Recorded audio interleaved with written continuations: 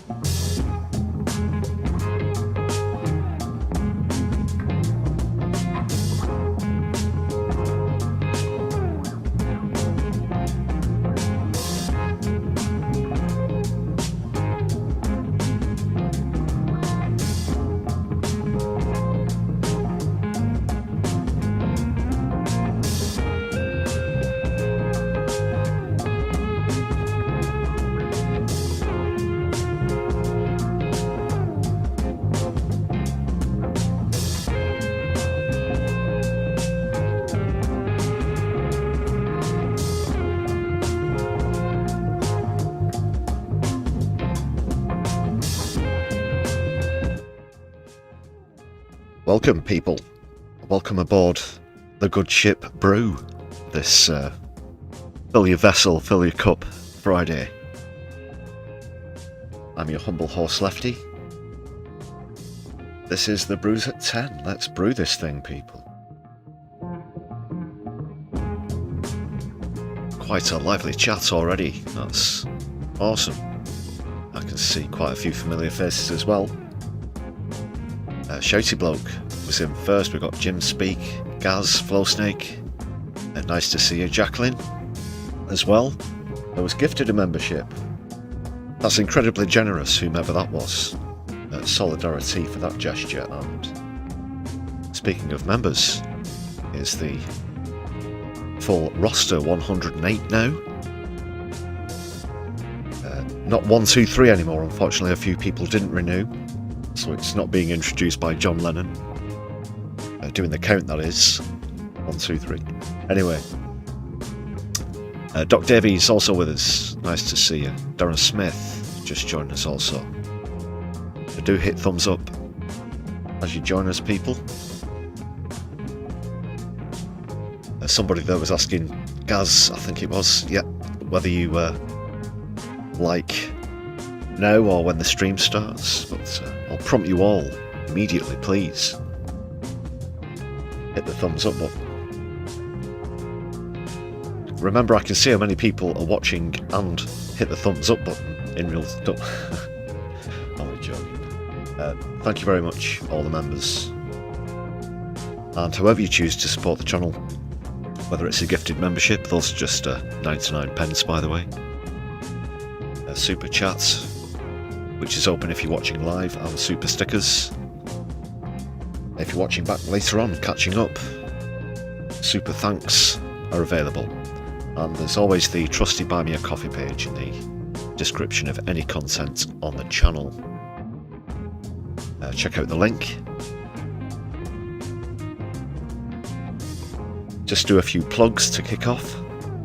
We'll get very swiftly into the opening comedy clip.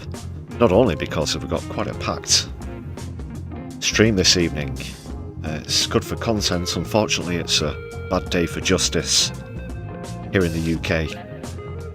Of course, we'll be discussing the Filton trial. The first 4 of the 25 members of PAL Action have been sentenced. And no spoilers about the results. I will be going into that.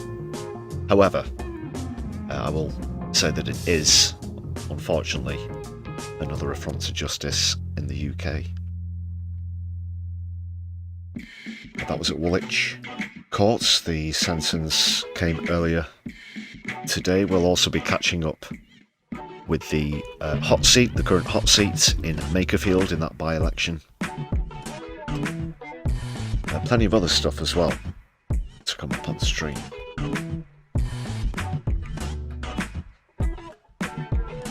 A few laughs along the way as well.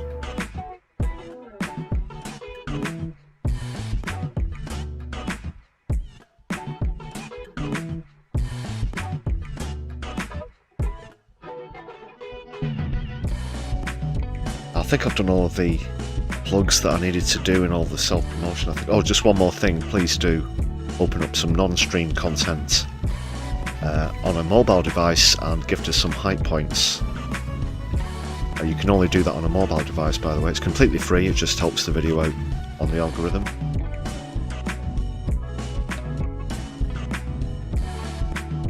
Well, speaking of supposed trillionaires, I think we will be going into that as well later on stream. Yeah, you know what I'm talking about. The South African. Bloody rich in it.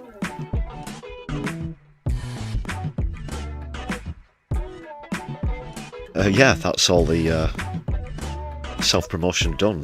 The stall's temporarily closed now. Clacton's coming up in the chat, I can see. That's a word that Nigel Furage doesn't like to hear. Anyway.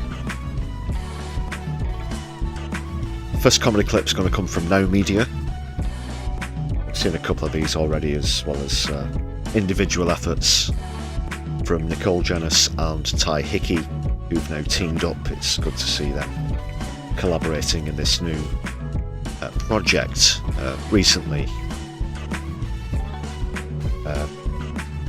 Recent collaboration, I should say. Yes, Jacqueline, totally agree with that.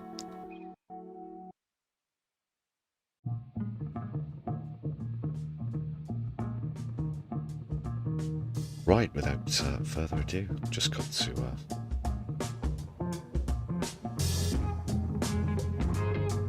doing things a slightly different way this eve, people, owing to the number of clips. Hello, dear troublemakers and... Just bear with me. Just need to adjust one or two things as we go, including me being able to hear this one. It's going to be quite a long video clip, this. It's a first time watch for me as well.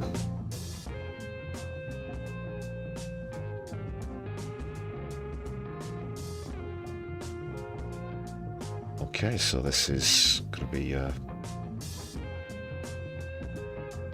Nicole and Ty with Noow Media.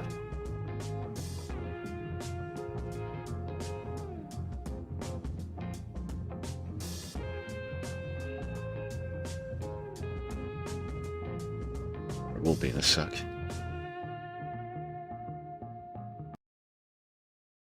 A country currently learning what happens when global... A bit of buffering there. I'll just restart this.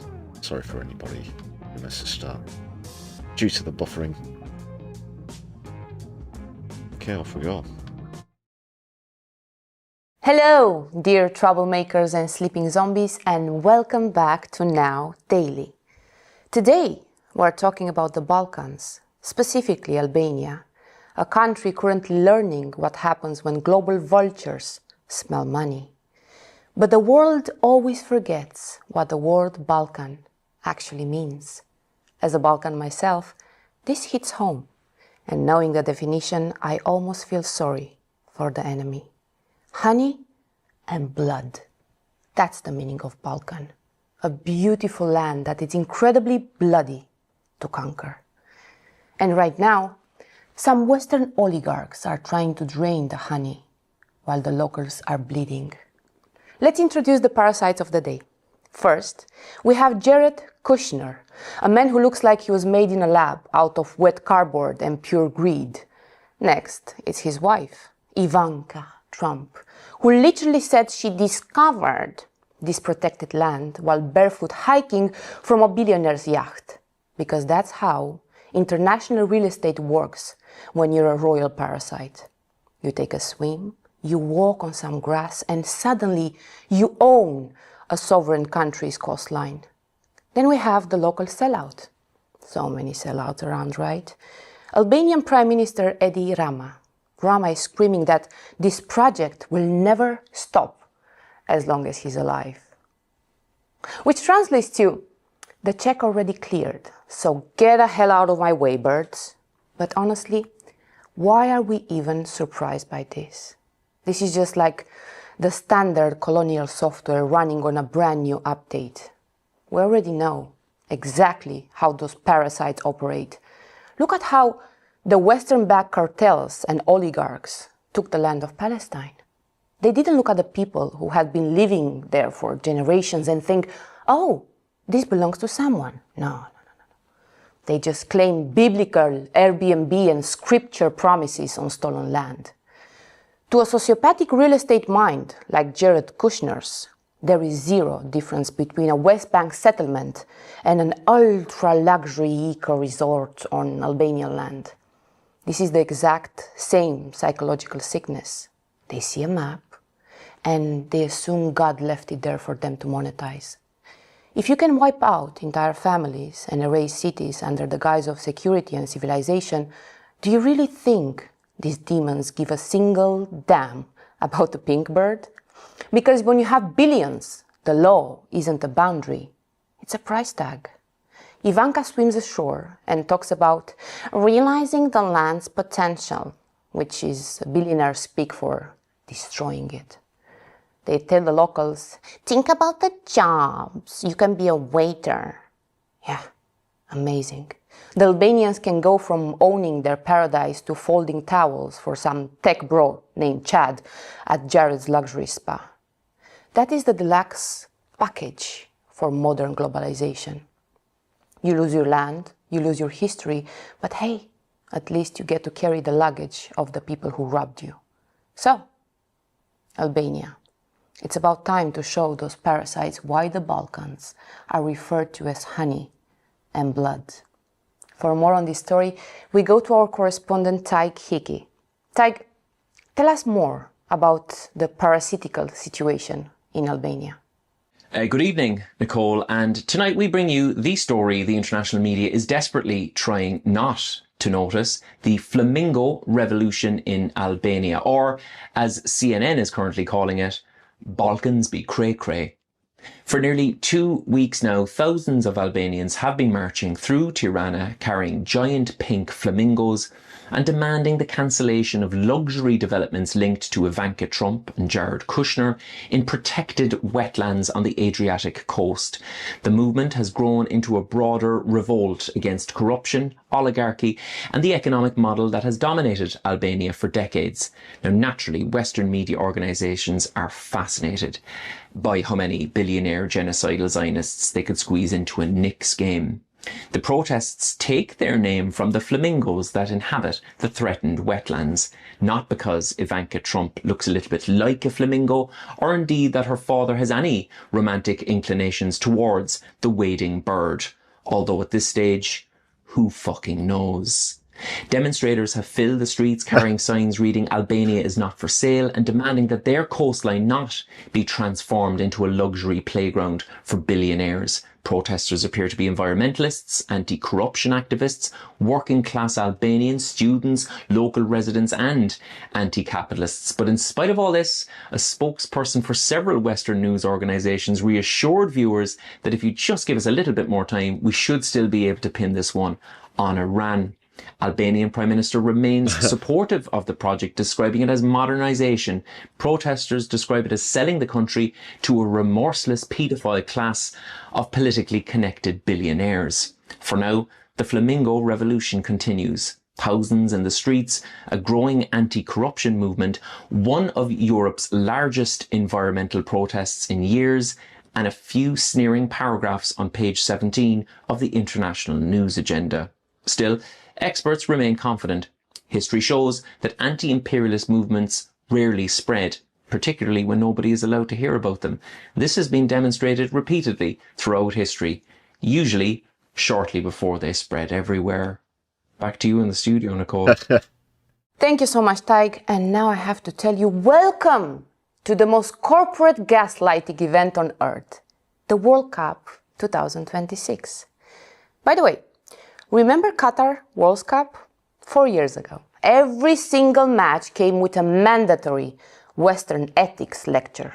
90 minutes of football and 6 hours of media crying about human rights. But this year, complete and total silence. Because this time, the tournament, it's in United Snakes of Israel. The United Snakes of Israel. joke writes itself, right? A country currently greeting his international guests by denying their visas. Journalists, referees and football officials from Somalia, Iraq, Iran, Palestine, many other countries blocked, denied, held for hours for questioning by Homeland Security. Welcome to the land of the free, where a soccer ball required security clearance. It's football. But why are we surprised? The US spends decades dropping bombs on foreign countries and destroying their cities. But God forbid, someone from those same countries wants to come and watch or play a game. Then suddenly they are a security threat. And the European teams are completely quiet too. Oh, remember Germany? Wait. In Qatar, the German team covered their mouths in a photo protest for human rights. So brave and so full of principles. Nein. Cut to right now. And Germany is the second largest suppliers of weapons used to slaughter children in Gaza. They will shut up their mouths for a photo op, but they won't stop signing the missile shipments. This is the absolute peak of deluxe hypocrisy package. You lecture the world about human rights while funding a genocide in broad daylight. But FIFA tells us to relax. So chill out, buy the $70 t-shirt, and eat some $15 hot dog. And whatever you do, never ask why. The rules only apply depending on who is breaking them. Welcome to the World Cup 2026. Our correspondent Tai Hiki is going to enlighten us about these Pro Max double standards. Taig? Good evening from the Fash Bash extravaganza of the year. It's World Cup USA 2026, a tournament so committed to human rights that most broadcasters have kindly agreed not to mention them. You'll remember Qatar 2022, Nicole, a World Cup in which every football match was accompanied by 6 hours of ethical reflection. Now, Qatar may well have deserved the scrutiny. The question is why in this iteration of football's biggest competition, scrutiny appears to have suffered relegation. Because this year the host nation has denied entry to a FIFA-appointed Somali referee, forced Iran to relocate its training camp to Mexico due to visa issues, and is hosting amid growing concerns from rights groups over immigration enforcement and travel restrictions. Yet somehow the coverage feels different. One academic study found that over half of the New York Times coverage of Qatar carried a negative framing. In Qatar, the tournament itself was often treated as evidence of wrongdoing. In America, wrongdoing is being treated as part of the tournament experience. FIFA president Gianni Infantino, he of the "Today I feel Qatari, today I feel Arab, today I feel African, every day I feel gay" for Trump's wizened little orange wiener fame, responded to critics this week by telling them to chill and relax. And perhaps he's right. Maybe football fans these days are a little uptight and old-fashioned, harking back as they do to the days when you could actually afford to go to matches without having to sell a kidney, and maybe even bring your black or brown friend along with you without fear of them being beaten up or deported. Maybe they still believe the World Cup should involve all qualified participants being able to enter the host country and crazy things like that. Which brings us to 1966, Nicole, when the British government considered refusing entry to North Korea. FIFA's response was swift and simple. If a qualified team is denied visas, the World Cup moves somewhere else. Well, imagine that level of moral extremism today. Imagine Gianni Infantino standing beside Donald Trump, or perhaps kneeling before him, and declaring, either the Somali referee gets in, Iran trains where it wants, every qualified nation is treated equally, or we're moving the bloody tournament to, I don't know, Israel? Instead, FIFA's position appears to be that football is for everyone, subject to terms and conditions. Terms and conditions may vary according to military alliances, visa classifications, projected revenue streams, and whomever Infantino's sucking up to consolidate his power. Back to you in the studio, Nicole. Thank you so much, Taihiki, and we are coming to an end of the week, first week of Now Daily. So, by now, did you decide to be a troublemaker, or you're still a sleeping zombie? Thank you so much for watching, and see you next time in Now Daily. That's Now Media with the new Now Daily feature there.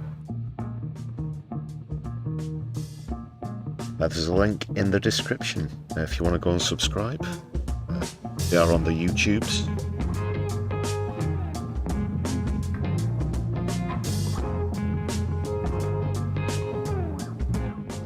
Bit of resentment in the chat for that comment about United Snakes of Israel. Sorry about that.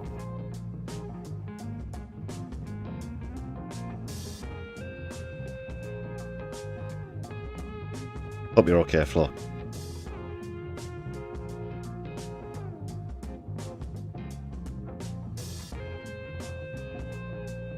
So, people, we better get started. Much to discuss. On with it. Yes, get on with it. Get on with it.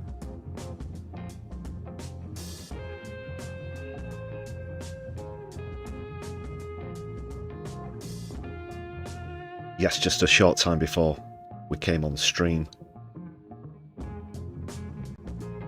the sentences of the first four of the Filton 25 were passed down, and before that we hear the result. Actually, we're going to see why this trial is so significant. We've spoken about this quite a lot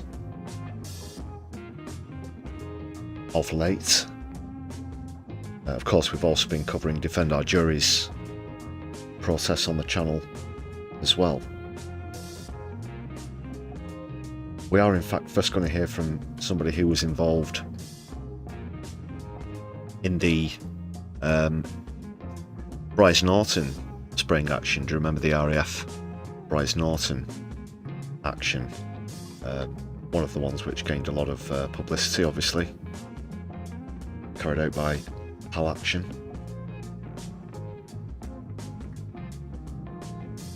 Because there is so much, well, how do you describe it? Injustice attached to this case. It's unprecedented. It's a new low for British justice, it has to be said. And we'll go into the things that were withheld from the jury during this trial. Bearing in mind, the four defendants today have twice been acquitted This is very much political conviction. And if you've been with us since the top of the stream, I guess that opening meme says everything. Apparently now politicians, not juries, should pass sentence. So this is Nida Jaffrey, who we're going to hear from first.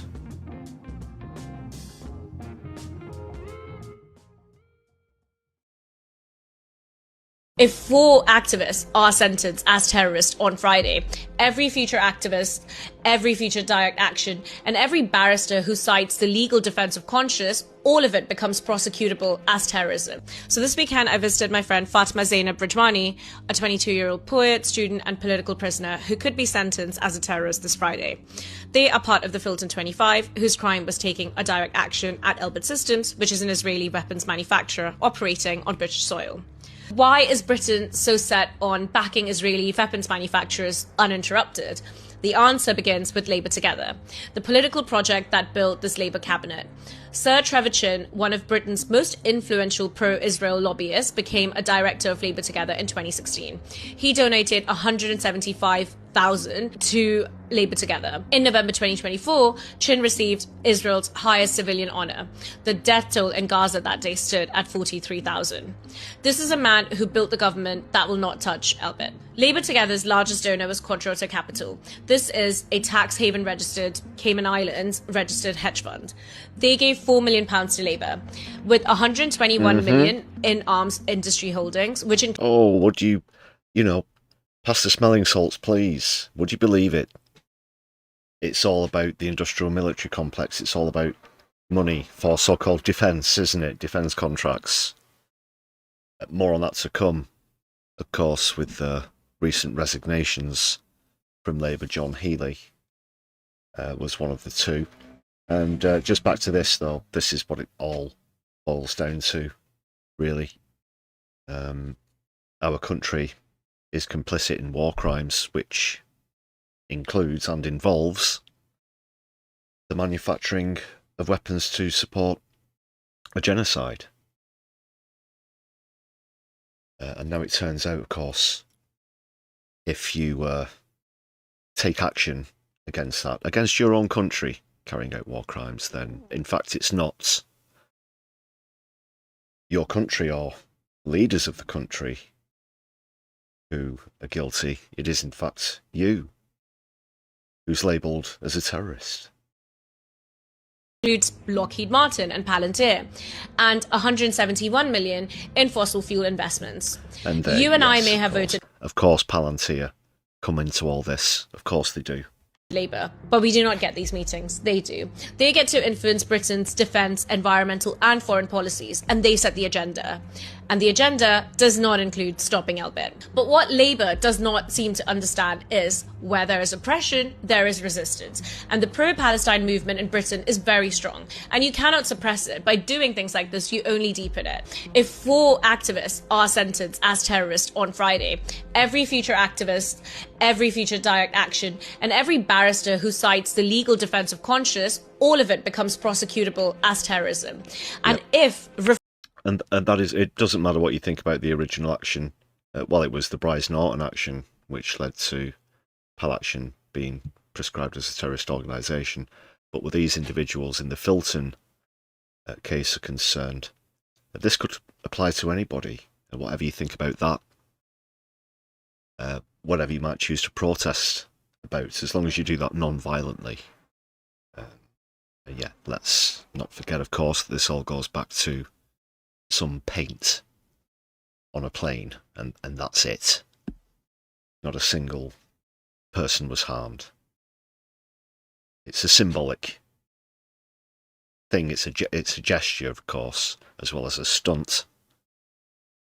But to identify, I guess, or label these people in the same bracket as you would other organisations, lest we forget, in the same round of prescriptions that Pal Action were included in, there was also a neo-Nazi group with a ridiculous name, what they called the something.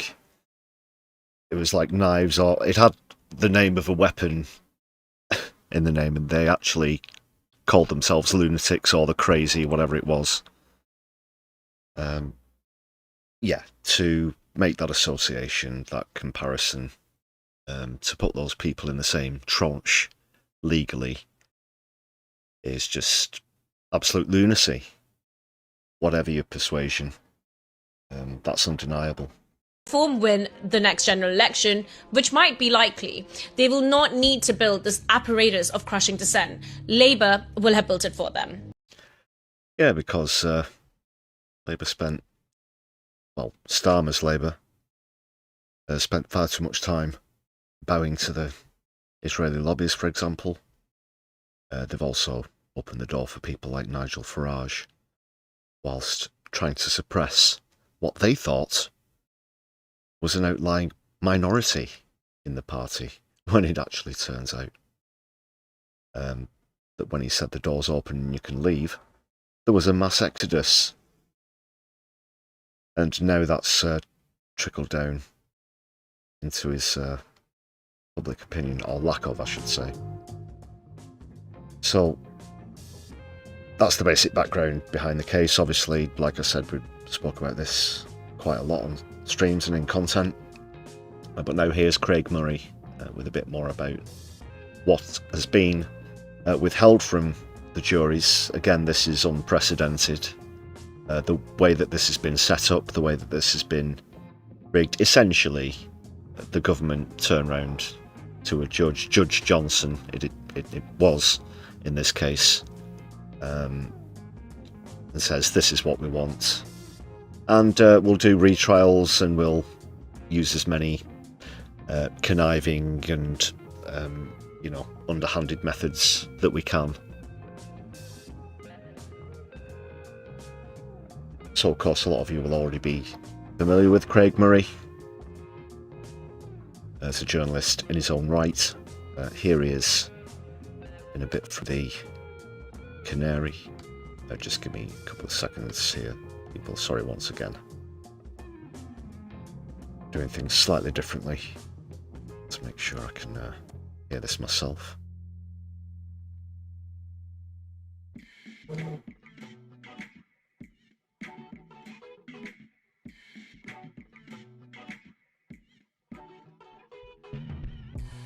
Okay.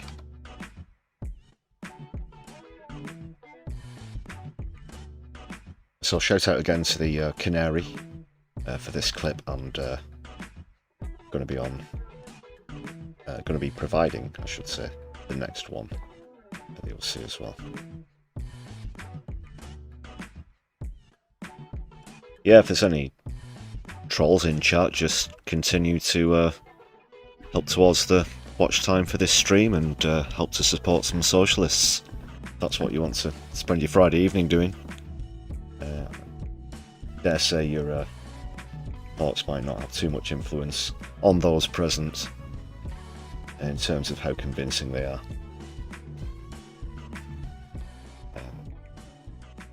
As we present further evidence. Craig Murray. Today, for breaking in and very loud, Craig damaging Murray. Sorry. Weapons at an arms factory, Filton, near Bristol, belonging to Elbit, Israeli weapons manufacturer. The judge has stated that he's liable to give a terrorist aggravation to the sentences, which makes a huge difference. It actually increases the length of the sentence by 150%, because you serve 100% of the sentence rather than 40%. And it's been an extremely controversial trial.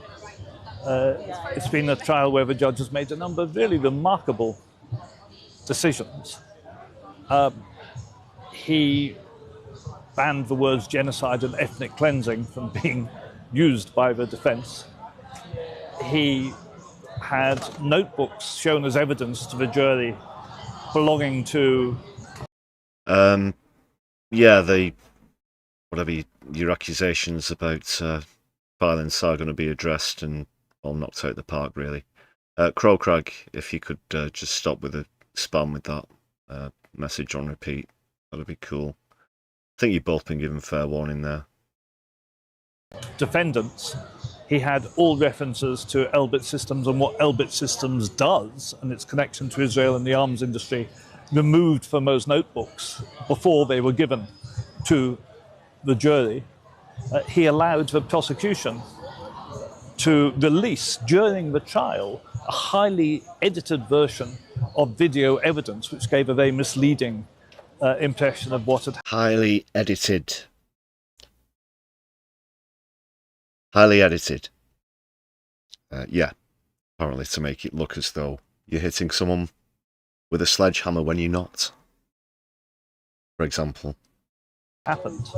That you're assaulting somebody. Of course, this is going to come up again. This refers to Sam, who's one of the people who was sentenced today. And he was twice found not guilty of aggravated burglary, as well as assault. So. Tried to have the defence barrister jailed for contempt of court for telling the jury what their rights were. A whole series of extraordinary decisions by this judge, who, as a barrister, frequently acted for the Ministry of Defence and the Security Services. So this is a big event today. This is very important for civil liberties in the UK. This whole terrorist aggravation law, which the jury are not told about, they don't know. They could be found guilty of terrorism without the jury having found that. The jury weren't told of this. This whole law is extremely controversial. Many lawyers think it's directly contrary to human rights because effectively you're being sentenced for something of which you were not convicted. And all of those people you can hear in the background, as well as Craig Murray, wouldn't show up to support a violent organisation as well. They either support or participate in non-violent direct action, as I do, as a member of Just Stop Oil and Take Back Power and Youth Demand, for example. And yeah, it's in the title, non-violent direct action. And I think today we may well see very harsh sentences. I think we probably will see very harsh sentences. Unfortunately, we did see harsh sentences. And Jacqueline, you're quite correct there. It does make kangaroo courts look fair by comparison. The judge didn't have to remand these people who've already spent 1.5 years in jail. He didn't have to remand them in jail awaiting sentence, for example. If he wasn't going to give them further jail time, he wouldn't have done that. And this is part of the criminalisation of protest, and particularly the criminalisation of protest against genocide. And we should never forget that it's the genocide in Gaza which is at the heart of this case. It is, and that's where the real violence lies, and it's also undeniable that our country are complicit in that, which shames us all. It shames us all as a nation. It has to be said. So you did hear large amounts of support for the 4 defendants there.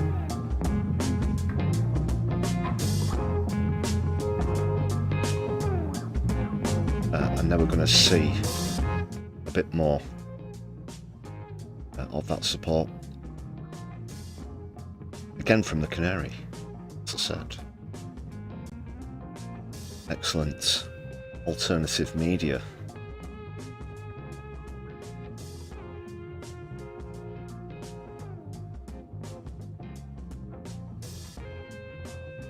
I assure you I'm doing this the quickest way that the broadcast software will allow. I could potentially suggest to them some more convenient routes to get this done. But it has to be done. Anyway.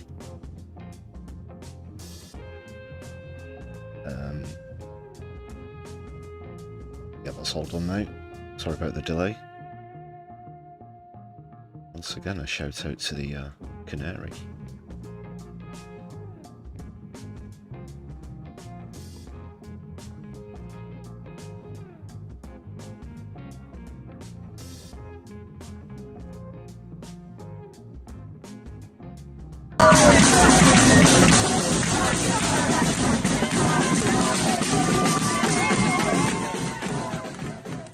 Quite loud support as well, as you can hear. So, yeah, I was at Woolwich myself fairly recently, of course, actually with one of your fellow viewers, as happens. I have not seen them in chat on stream yet. I'm not sure if they're watching live, but they took part in the silent vigil, which we covered. It was a small silent vigil, of course, a far cry from this. Of course, the show of support was welcomed, indeed, in this fashion as well. And around 200 people from Defend Our Juries showed up with placards, as well as several other attendees showing support as well, as you can see, with Palestine flags, drums, and chants.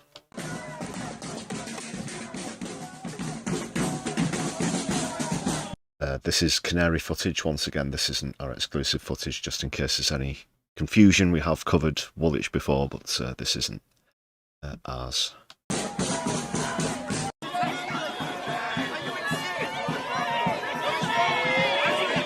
Officers, you're blocking the road! Do you mind, officers? You're blocking the road! The police are blocking the road. You should really charge them with willful obstruction of a public highway. Something I've been charged with a few times, but never been convicted of, well, of that. Yeah. The police are blocking the road. What about the Willful Obstruction of the Highways Act?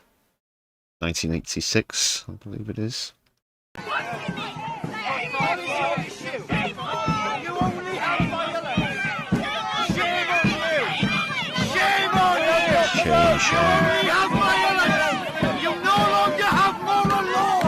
You no longer have moral law. Did you hear that? Yeah.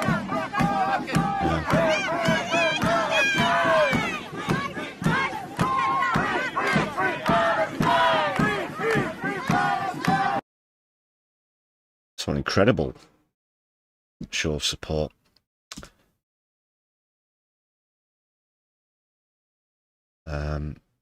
So now we're going to actually see the sentence, but not the, I'm not going to put the judge's face on stream, Judge Johnson. We're going to see the crowd's reaction, because this was played live to the crowd that you just saw in that clip. And we're going to address each sentence.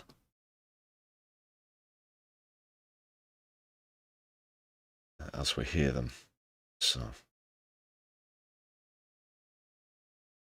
again, apologies. Just need a quick moment.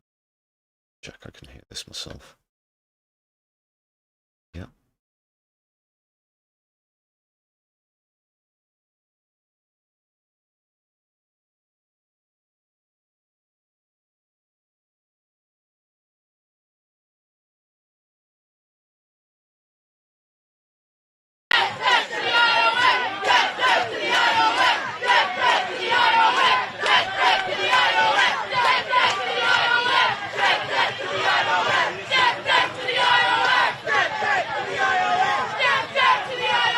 Clearly, yeah, fans of Bob Villain there. So now you can see some of the arrests starting to happen. We covered these many times at Trafalgar Square and Parliament Square, respectively, as they've been happening with Defend Our Juries. I've seen in quite a lot of the footage, quite a few familiar faces there. Shout out and solidarity to all of those people who took the brave step to show support in this way. And there were 70, over 70 arrests, I believe that's been confirmed just before came on stream. Could be a few that haven't been processed or released yet, who we don't know about, but definitely at least 70. And you can see here again, this also includes retirees, the elderly, disabled people. See a few examples here, and then you're going to see a plea from a passerby, just a simple passerby not taking part in the vigil, a curious member of the public, I believe, who just is absolutely shocked and appalled to see the state of policing in this country.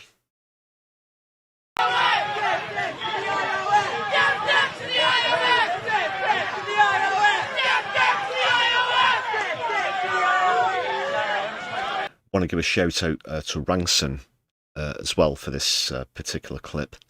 The revolting hippie, follow that tag on Blue Sky, Twitter or other social media, Blue Sky preferably, of course.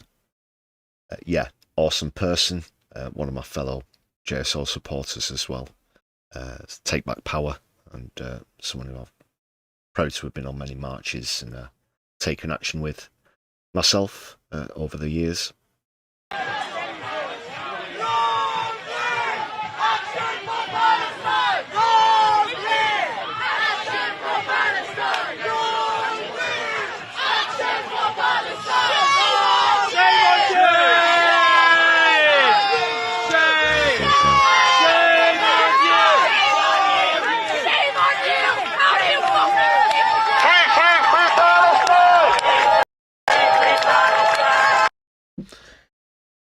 And it's the same over and over again, like we saw so many times in central London as well this time, out in Woolwich.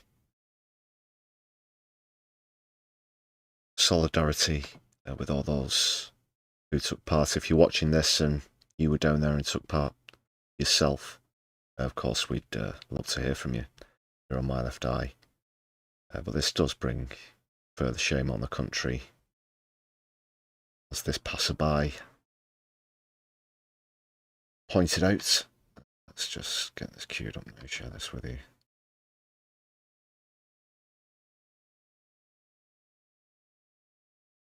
I think it's subtitled because there's quite a lot of background noise.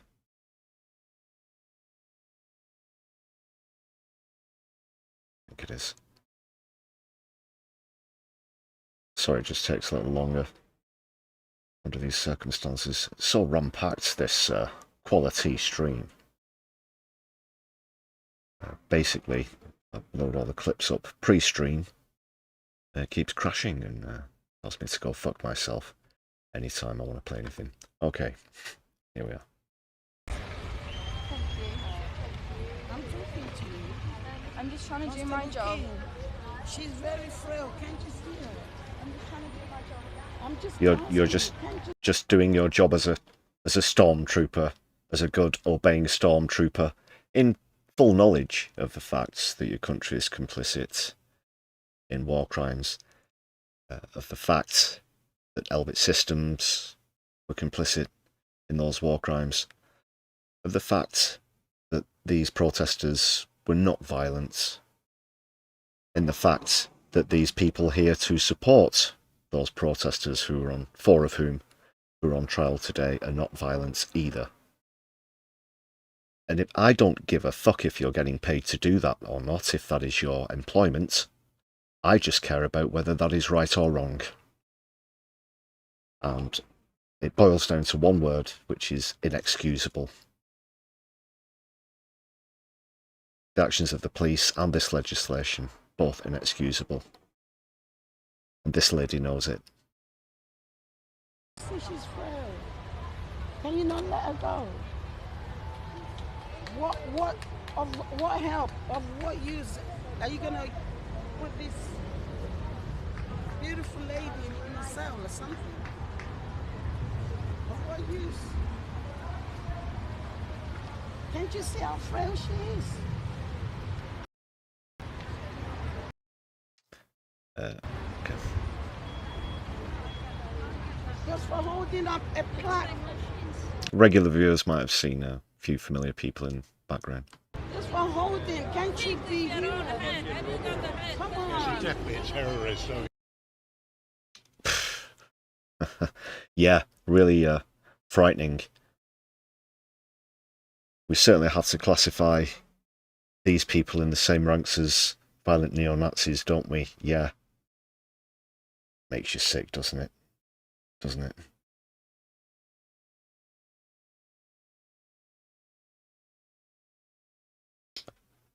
Okay, people. So finally, the sentences. Here we go. Well,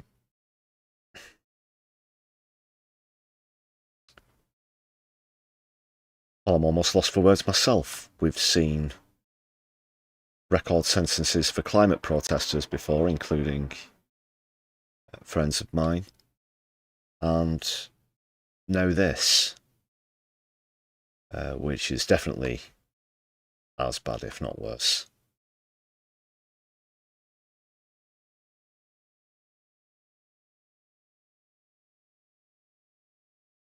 So as I said, we'll see the reaction from the crowd outside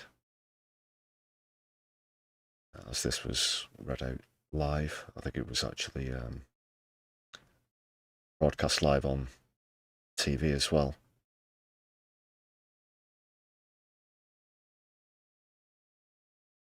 And if you don't already know what the sentences were for the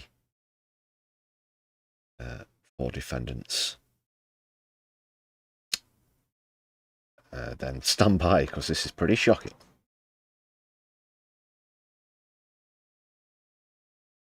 Apologies again.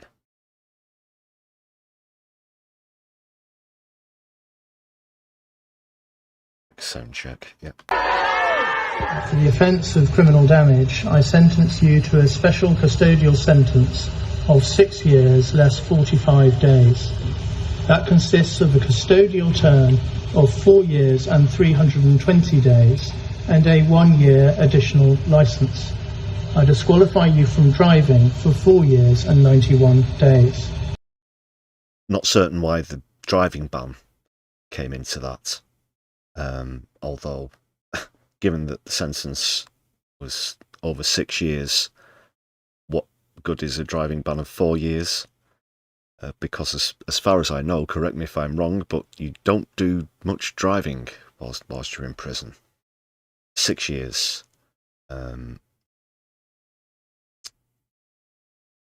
Well, we're talking about record sentences here. That is in UK legislation, of course.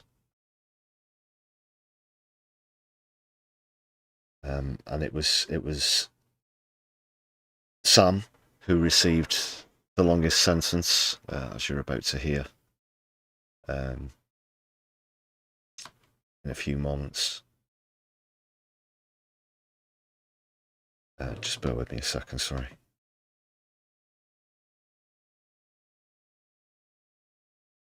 Just trying to make sure that I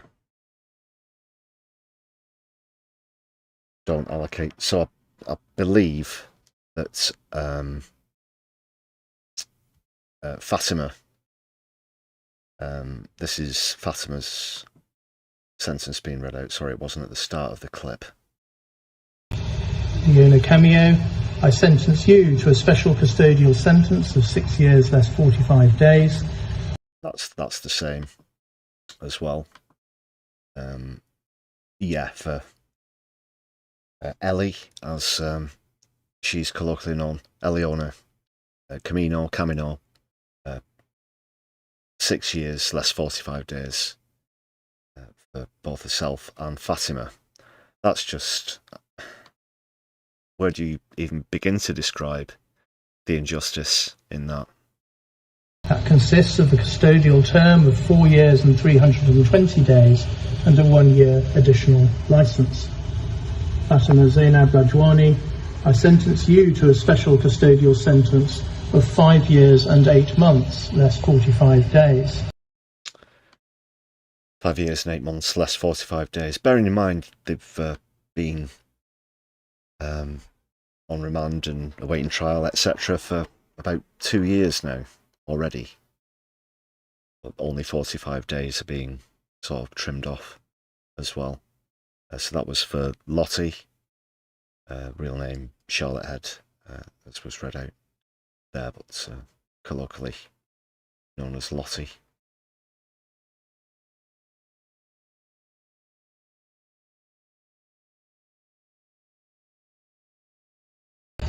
That comprises a custodial term of 4 years and 200 days and a 1-year additional licence.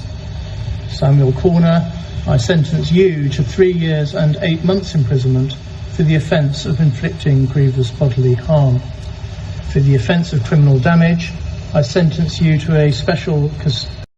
And bearing in mind, as a reminder, twice found not guilty by juries, and in this case totally set up with real videos, full-length videos apparently going missing, heavily edited versions being used in the trial, etc. 8 years and 8 months for Sam Corner.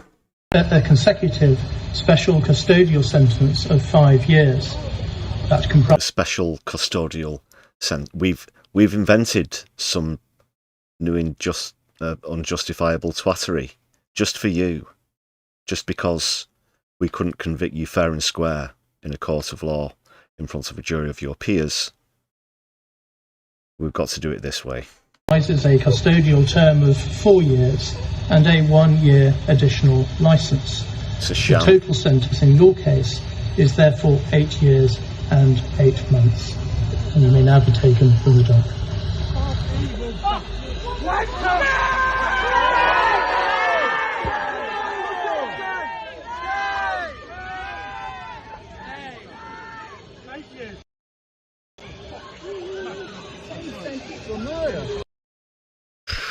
I mean, yeah, if you want to compare sentences for other crimes, for example, they're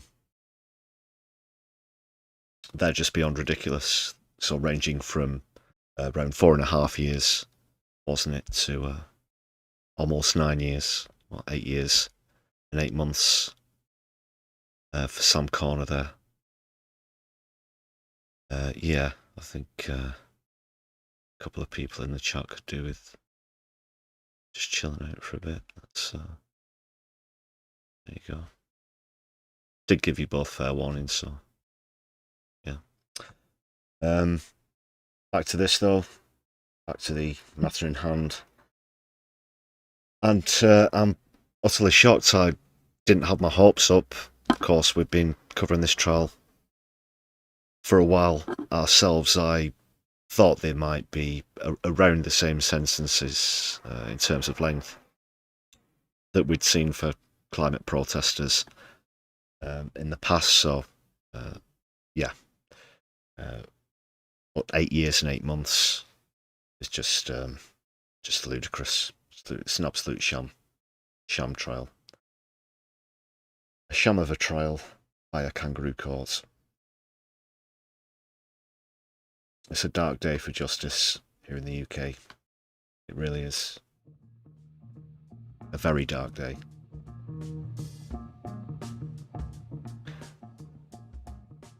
I've been convicted of criminal damage myself.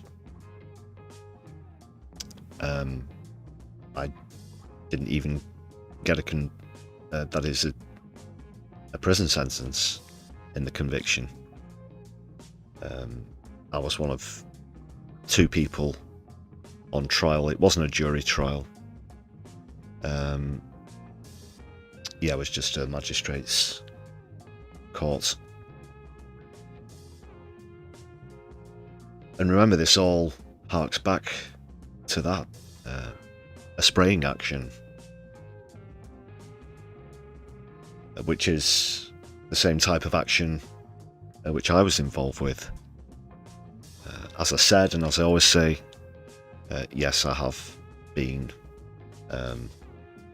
arrested and had all my trials and everything for all of the actions that I've done.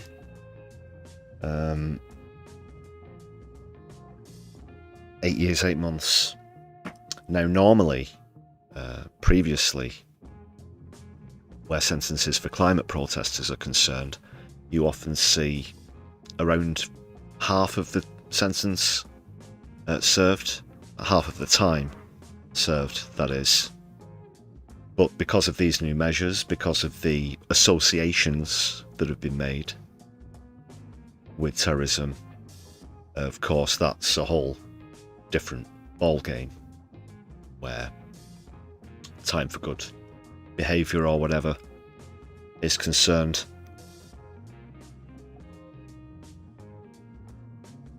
And that's another layer of treachery.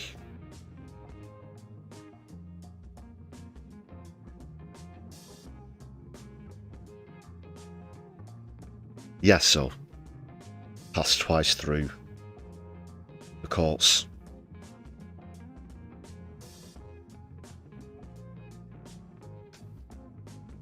Sorry, I'm almost lost for words, really.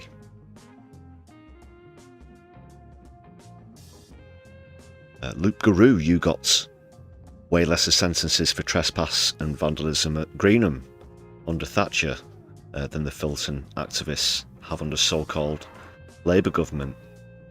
Back in the 80s, they're taking action against Thatcher, and yeah, charged with trespass and vandalism. It's a whole different ballpark from where these actions actually sit.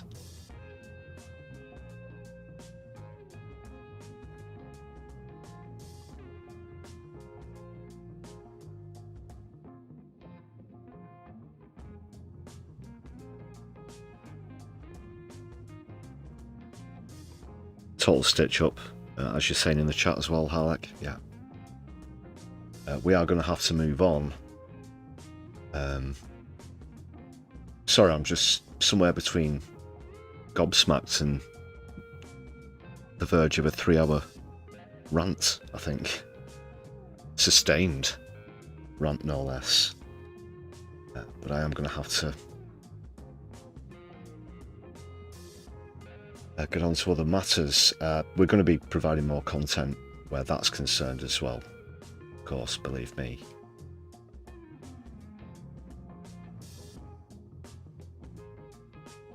Just once again, Solidarity.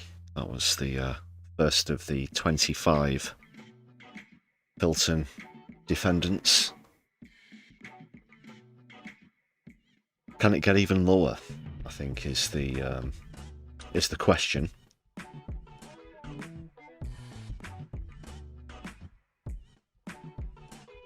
Heady, nice to see you in chats. Total kangaroo court. Totally agree.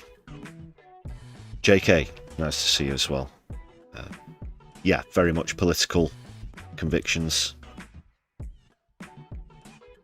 Very much so. In fact, I'll just put up the... sorry, I've wiped it, but I'll put it back up there. That's pretty much it. That's pretty much it right there. Case in point in meme on Tube. I hope that's real.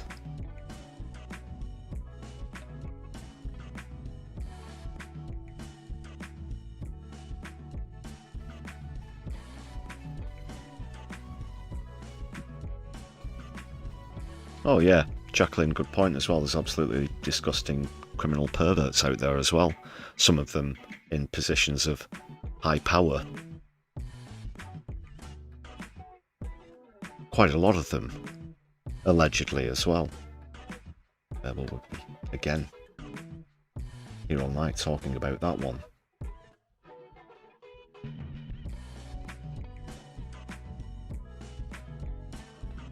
For now though, we have to get into hot seats and a quick update on matters in Makerfield.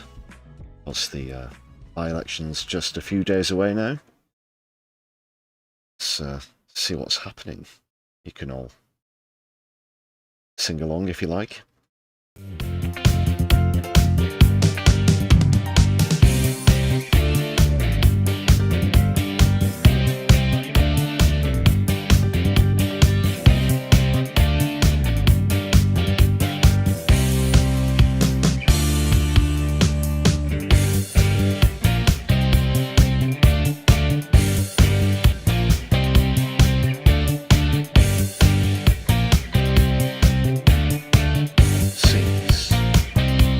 it's Friday night.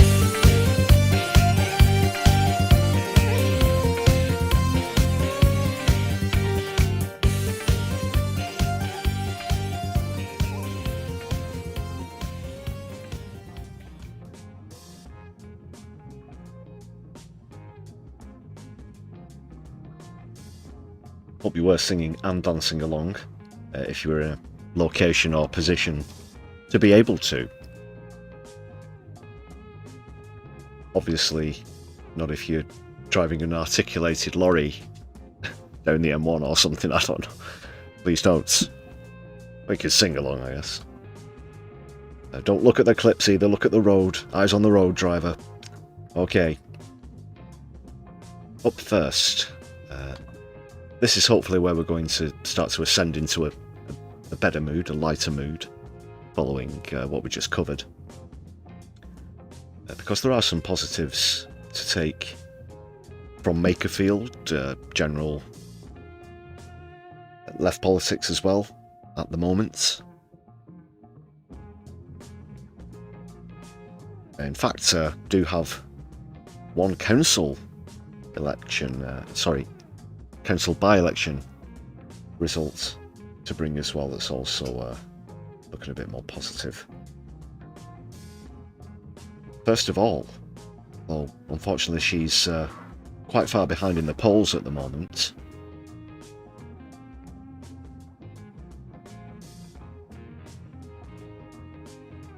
With Burnham obviously representing Labour and Rob Kenyon currently in first and second, respectively.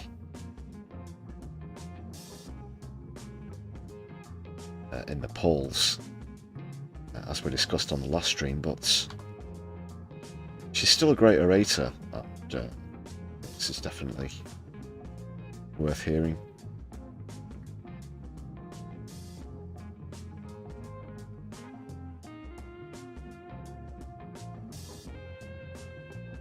And we're still backing her, of course.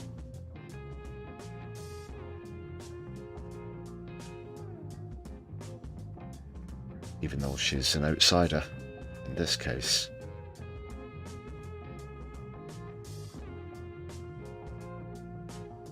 Because it's all about the policies, really. Just make that a bit bigger, actually.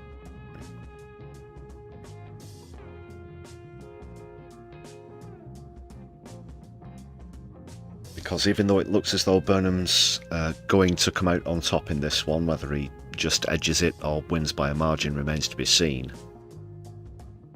For those of you expecting any real change from Starmer, more on Keith's catchphrases, contenders to come later on the stream. But anybody expecting a change to be delivered, but just in a Mancunian accent, is going to be disappointed. Because you will just get the same old thing, except it will be in a Mancunian accent. I don't know. It's just cause you never hear it. You never hear him getting. It's a semi Liverpudlian / Mancunian accent that Burnham has, but that's a technicality aside from the fact that he's just going to be more of the same. He's just the B version of Starmer. But the policies of the Greens, including Sarah Wakefield here, I think are a lot more refreshing. I made it my home. But I'm from Durham, and Durham shares a lot of similarities with Wigan. It's an area where it has been left behind from 40 years of deindustrialisation, topped off by 50. That's a little quiet. That's on the clip. It's maxed out, but I can do some jiggery-pokery here. Oh, don't you worry.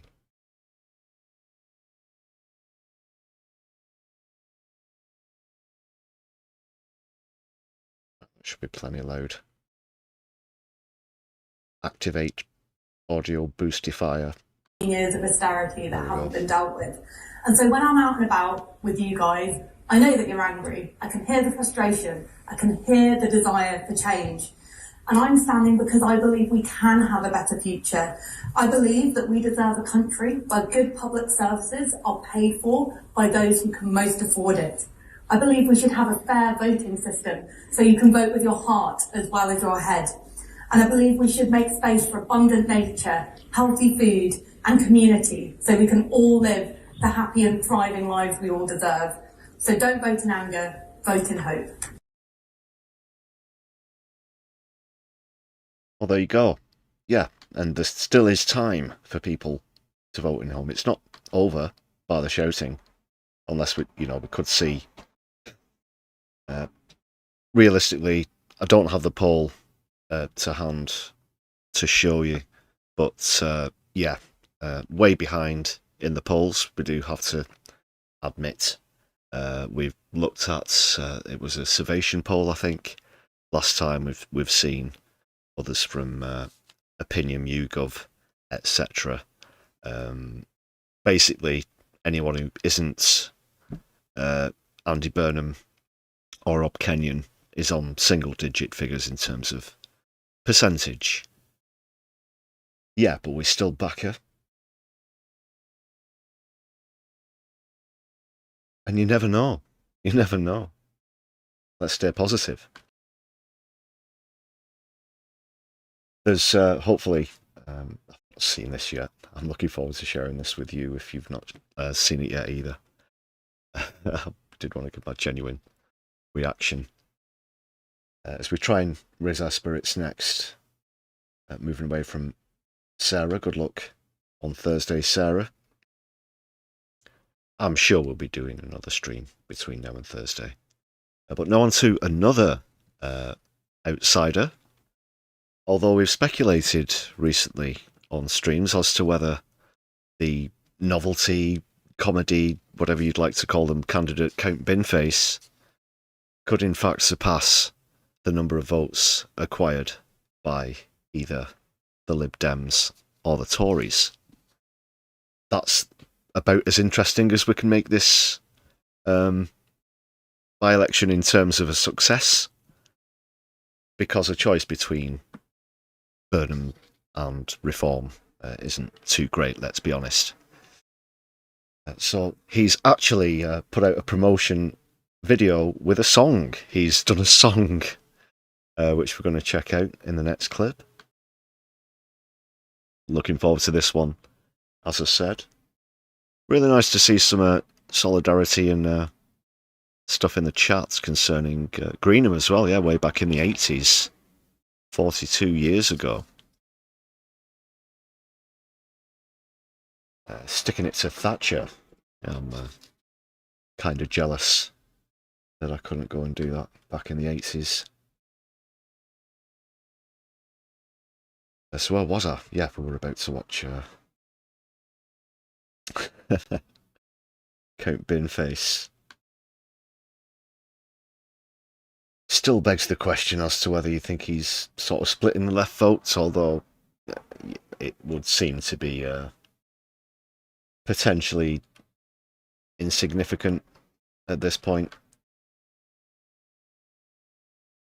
That is, his presence really isn't going to swing it either way for Sarah Wakefield. It appears, unfortunately. So I genuinely haven't seen this apart from first literally like second half when I was uploading it. But I think it's in the pop category. I'm certain that the lyrics will be somewhat entertaining anyway. So here he is, Count Binface, currently campaigning in Wakefield. The country's sick of stubborn. He's only in year 2. You voted him in with a crazy landslide, but he didn't know what to do. Now he's found a bloke in West Street. He got it lost your palace cool. They might be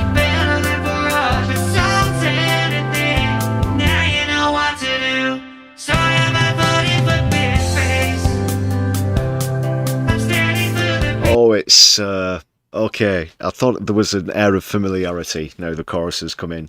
It's "Walking in Memphis." It's like a twist on a song called "Walking in Memphis." I'll forgive the cheesy MIDI auto-tune keyboard for the quality of the lyrics, of course. Count Binface.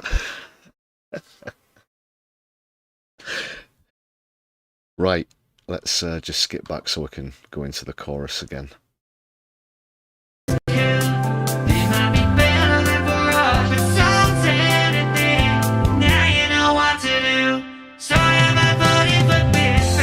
Voting for Binface. I'm standing for the people of Makerfield, voting for Binface. There I was thinking I'd have the best song adaptation on this stream. I will admit that I've been outdone by Count Binface on this one. Treat you to a baby's yet on me. You got Nigel's crypto millions, and the Tories got no chance. And as for the Greens, they're really something. If you wanna hypnotize your boo. Hey, come on now. You know that's bollocks, Binface. Come on, that was a bit low. But boy, you got a friend in Binface. Democracies and drugs. And, you know, as the head of the Recyclons, as well as the leader of the Recyclons, I would have to say I'm a little bit disappointed there as well, just with that. But it does go to show that it's slim pickings where the critique is concerned. You all need someone who makes some sense. I pledge all 99 flake ice creams, but only cost 99 pence. Did you hear that policy announcement? He's gonna...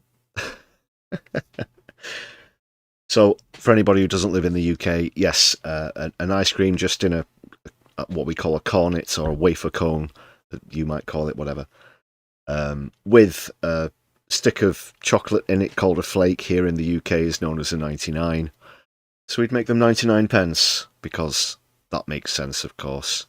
I think maybe if you reverse inflate currency, then you might get back. I wouldn't be certain where it was off the top of my head, where a vendor might actually sell them for 99 pence. Perhaps around the time of the Greenham protests.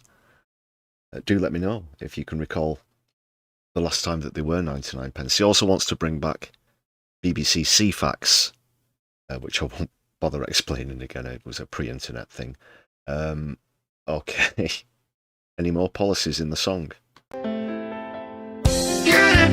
CFAX, yes. Of course.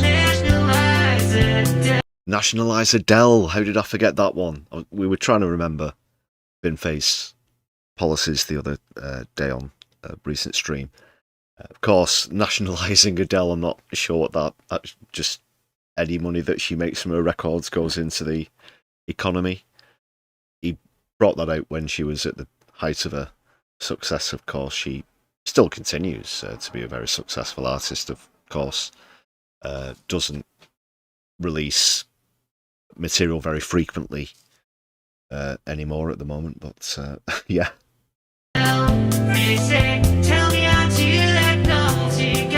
Why not? I'm the same one this time. Voting for Binface. I'm standing for the people of Makerfield. Voting for Binface. It's time to show the bastards how you feel. Put on my rocket shoes and I Put on my rocket shoes. The original song "Walking in Memphis" was a tribute to Elvis Presley, and on this line I think it refers to his blue suede shoes, doesn't it? Extra music trivia for you on the Brews at 10 with My Left Eye.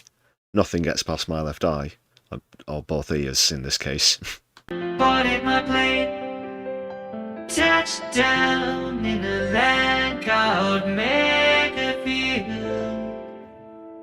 make it great again. Makerfield, great again. I'll have to drop him at least 1 point for the Polanski boobs thing, but pretty good, yeah. A solid at least 8.5 out of 10, maybe a 9. What do you think, people? I thought that was quite good. Cheesy MIDI keyboard considered. So he's on the ballot, yes, in just 6 days' time. Well, it'll be 5 days shortly. Count face. He's got a post office box address. I may as well read that out, and I feel like an old TV presenter. So if you'd like to get in touch with Count Binface, you can write into Post Office Box 818, that's Tunbridge, TN9 9YF, Planet Earth. That's Tunbridge, TN9 9YF, Planet Earth, Post Box 818. This information is also available on CFAX. Well, I hope that did raise your spirits. It certainly raised mine. That was good. That was a good one. What's up next? Something else to feel good about, actually. Yes, let's plateau this high that we're on at the moment before we start doom scrolling into other issues and putting the world to rights. This one won't take us long because it's just a picture. It's not actually a hot seat itself, but I may as well just quickly share this one with you whilst we're on the topic of the Green Party. This is a by-election result, and a pretty satisfying one as well, as you can see there. A green gain from the Conservatives, or you could say that all day, couldn't you, really? A green gain from the Conservatives with a 22.2% swing, people. 22.2% swing there. Coming out in what was actually a pretty close run thing. You could argue between 4 parties, certainly 3, with just 3.2% separating Labour in third and the Greens, who surpassed the Tories in second. Reform also with 19.5% and 19.5% gain. That must indicate it's the first time out for them in this Slough council seat. But just a bit off the pace, so you could say the Greens pipping it out of definitely what was a 3-horse race in the end. Doesn't look like there are any independent candidates or whatnot. Or maybe just nobody voted for them, but 0.0, something that you rarely see. Most of them appear to have gone elsewhere, potentially to Reform. You might... sorry, I'm not familiar with this area in Slough. I'd surmise from that the previous independent candidate was somewhat right-wing and then joined Reform at some point, but well done the Greens with a gain from the Conservatives. That's a green gain for the Conservative, from the Conservatives. Jurassic Park. Not bad, not bad. And yes, we're going to see another video now, this time from a former hot seat, Victor, and one of ours, that is, here in Manchester, Hannah Spencer, of course, Member of Parliament for Gorton and Denton. Now, she's been in the House of Commons for 100 days now. She's done a bit of an interview with Polanski.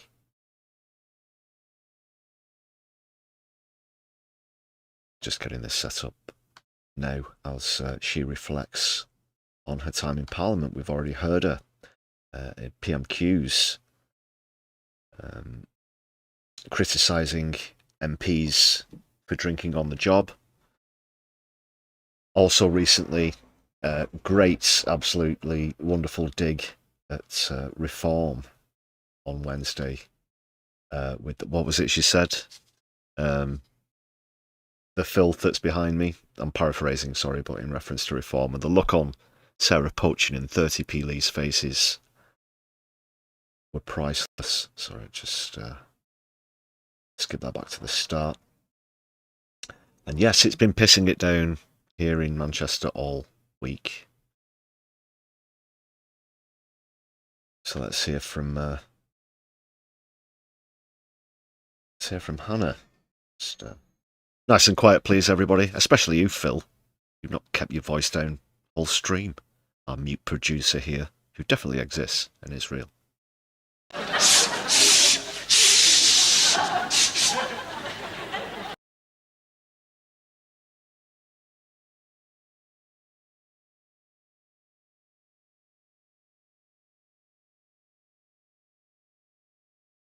I'm in Manchester and it's raining, Hannah. You tell me another. Always rain in Manchester. Oh, this is cosy. I know. So 100 days as an MP. Okay. How's it been? Sorry, I thought I had some buffer in there for a second. I do remember thinking, like, on New Year's Eve, I was like, oh, about June, hopefully I'll have done a few plastering jobs. And then, like, this year has turned out in a way I would never have expected. Been able to shift a bit of the narrative and kind of get things back on politicians' agenda, like fuel poverty, the cost of living, like things that they were just not taken seriously enough. I think me just being there and saying, hang on a minute, people from this constituency have sent me to this place to do something, and that's what I'm going to do. And then actually being in Westminster, what's that like? It's a very strange place. I think the stereotypes exist for a reason. Being in there and being like, this is actually how... It's because most of them, let's be honest, they're fucking weirdos. Most of them, really. The careerists especially, just devoid of morals, and they drift here and drift there. They just drift wherever they think will get them to the top. And that's been no more evident than it has been recently, especially where right-wing politics is concerned. And Keir Starmer trying to pander to Farage and outflank Farage on the right, which of course he's utterly failing at as well. But they don't care. They just, wherever they think it's going, they'll turn like a fucking weather vane. Absolutely. Very quickly, before we get back into the clip, thank you very much, Hedy, for the 5 gifted memberships. Solidari-Tea for that, brother. Let's please give thanks to Hedy in the chat, please, everybody. Big up, big up. Hope you recipients enjoy your perks. There's some exclusive content in our catalogue if you want to check that out. You'll also get early viewings on some videos and things like that, static emojis. Have a look, see what's available. Let's get back to Hannah now. But yeah, very disappointed, and it's unsurprising, just circling back to my original point there, with the, shall we say, quality of MPs that we have and their candour. The country is run has been really shocking. And then the pushback you got when you dared to suggest that people shouldn't be drinking at work. This is literally the kind of drinking at work that I'm used to. Are you just having a tea? Yeah, with like milk, if that's all right. Yeah. Having brews in people's houses, like whether as soon as you get there, can I get you a drink? What do you want? Now I contrast that to... Yeah, not double gin and tonics at 9 AM or whatever you're doing.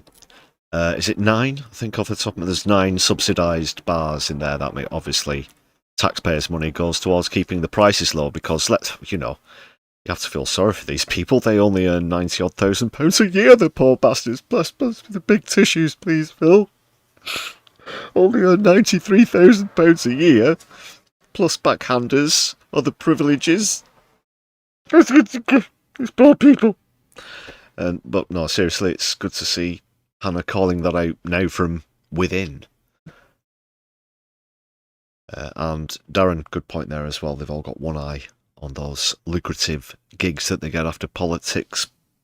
In business, a lot of them maybe want a peerage, that kind of thing. That's just another reason to eradicate the House of Lords, of course, and replace it with a House of the People, a People's Assembly, a Citizens' House, whatever you might choose to call it.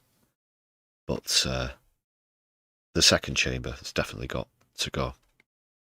Because the same thing about the calibre of people, that's the word I was looking for, I think, the calibre of people that we have in the House of Commons certainly applies, if not in even stronger terms, to the House of Lords, where you can literally just buy a peerage if you're rich enough in this country. Going into a place of work where there's cheap alcohol, yeah, whenever you want. You can't defend that, and the politicians who have tried to defend it really have proved what I have said about so many of them being out of touch.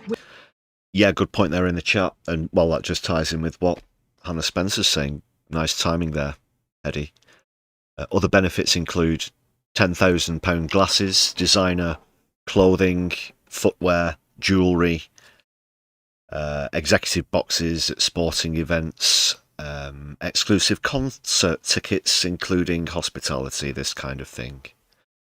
We've heard so much about it. That's all we're getting with Starmer, of course. More of the same. That's included in the backhanders, you know. Welcome to the executive suite. Oh, look, look, what's in these boxes? Oh, look, it's all of this stuff. And do you know, whilst you're admiring all those things, I've always wanted to get into the House of Lords, you know. I don't suppose you're into politics at all, are you, Sir Keith? Emma Richardson, yeah, it's almost like you do have to be an alcoholic to be a member of Parliament. We've seen some shocking examples in the past. They're a right bunch of strawberry-nosed bastards. We all love a moan. I love a moan, but we don't elect MPs to just moan, and that is all reform can do. But we're actually coming up with like proper plans to fix it. We're sensing people's frustration. We feel that frustration. I've done surgeries all over the constituency. Like, we've had thousands of emails from people. They're the things I think about when I'm in there.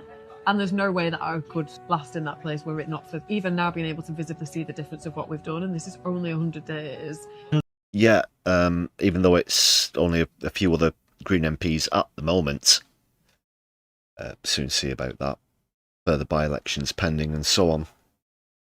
But imagine, you know, this is where Caroline Lucas essentially hit a ceiling with the way that she was going and being isolated as the only Green Party member. At least Hannah does have a small amount of support, as well as a few other independents, of course, and people from your party, including Sarah Sultana and Jeremy Corbyn, of course, as well. And the amount of solidarity that she does have from those small amount of people, I'd imagine, is incredibly strong. In fact, well, I've seen the support myself when I went down and briefly met them during the campaign for the Gorton and Denton by-election. That was actually on the election night itself. And there's also something of a class bullying culture behind the scenes that goes on within the House of Commons. You can't help but doubt that, of course.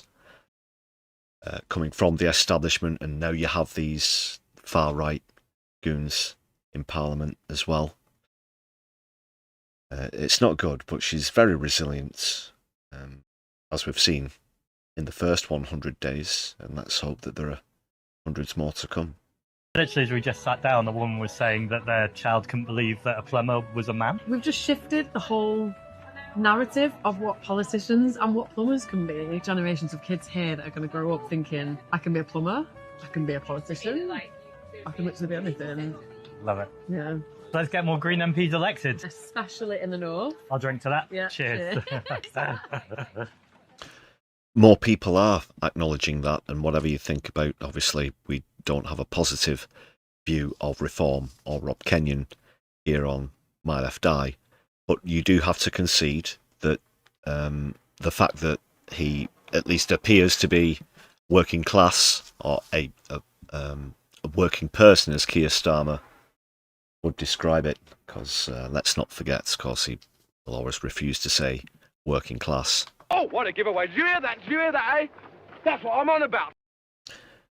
But that is an appeal to voters, because with everything else that we've heard about Rob Kenyon, You'd certainly think that was putting a lot of people off with what's come out of the woodwork. There's unfortunately an underlying base of people who would, at this moment in time, vote for a hat stand if it had a teal blue rosette on it. But a lot of other people genuinely see him as one of us. But I think, obviously Hannah Spencer is a lot more genuinely in that category herself. So that's Hannah's first 100 days in Parliament.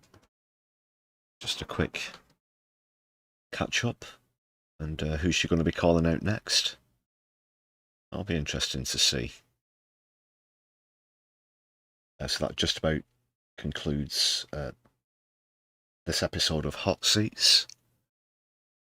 We'll be having a final catch-up or two in the run-up to this notorious, infamous by-election that's taking place in just a few days' time. Right, let's crank up the music. Rick. Okay!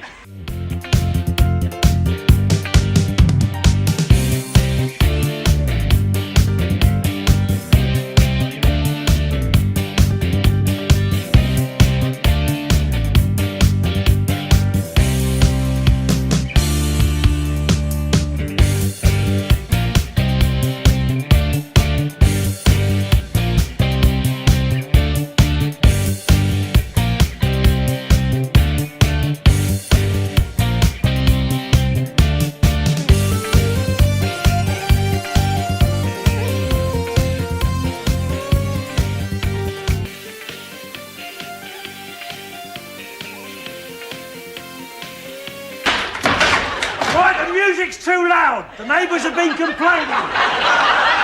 You just watch your steps, sonny.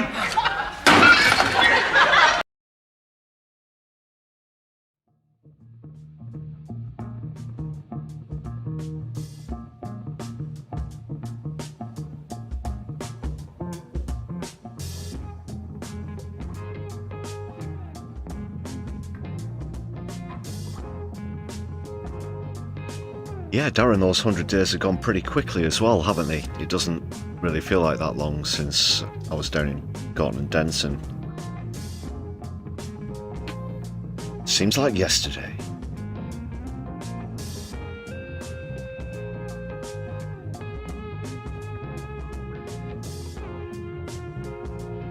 So finishing off with Hannah Spencer calling out MPs, we're going to see Naga Munchetti calling out Peter Kyle earlier as he tried to defend this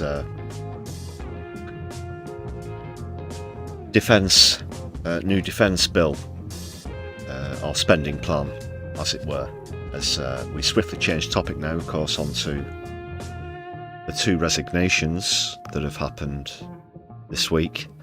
I have a bit of a reservation about this, though. I have a bit of a feeling, shall we say, about what's happening and why it's happening, which I'll get on to in a moment. Before we go into a bit more about those resignations, in response to this, a few stormtroopers have been out on the news rounds, including Peter Kyle, who didn't make a very good showing of himself. How often do we say that one?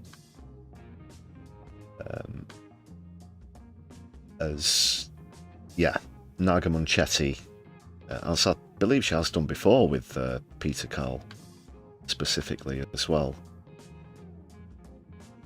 quite simply brushes his claims aside. And as far as MPs being caught in a lie is concerned, this one's going to be right up there with them. Just again, quickly do a sound check.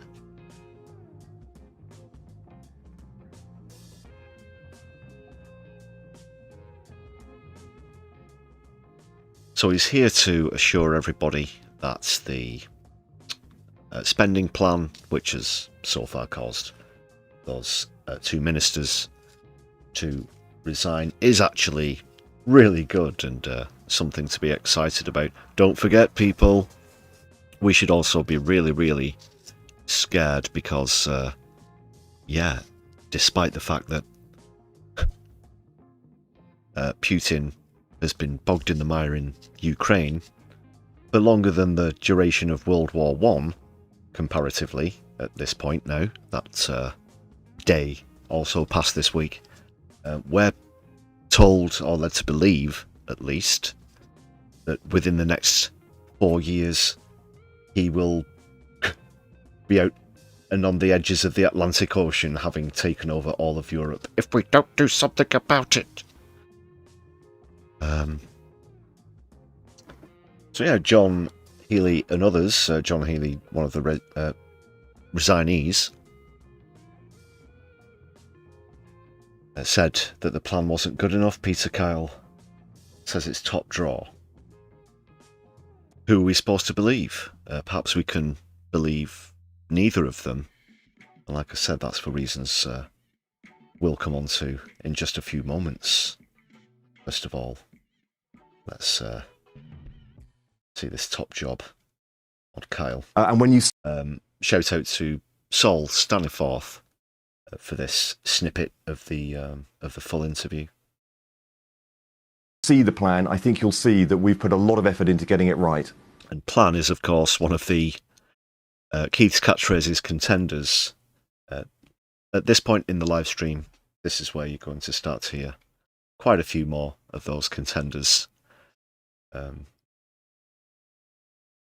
We're not going to do a running count as we do on some occasions, but yeah, anybody who's used to them by now, they're going to be coming in droves, especially Plan, who's had a particularly good day.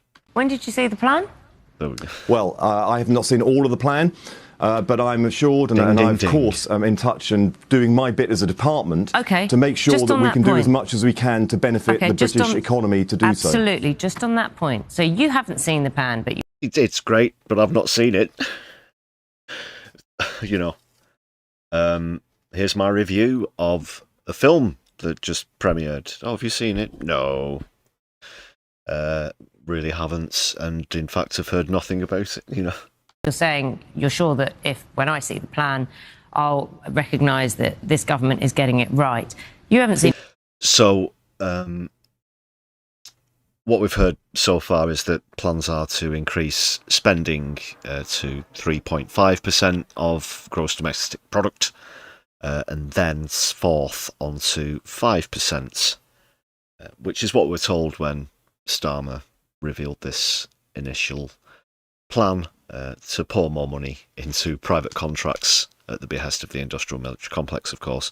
But, oh, no, sorry, I mean stop Putin from getting all the way to Portugal.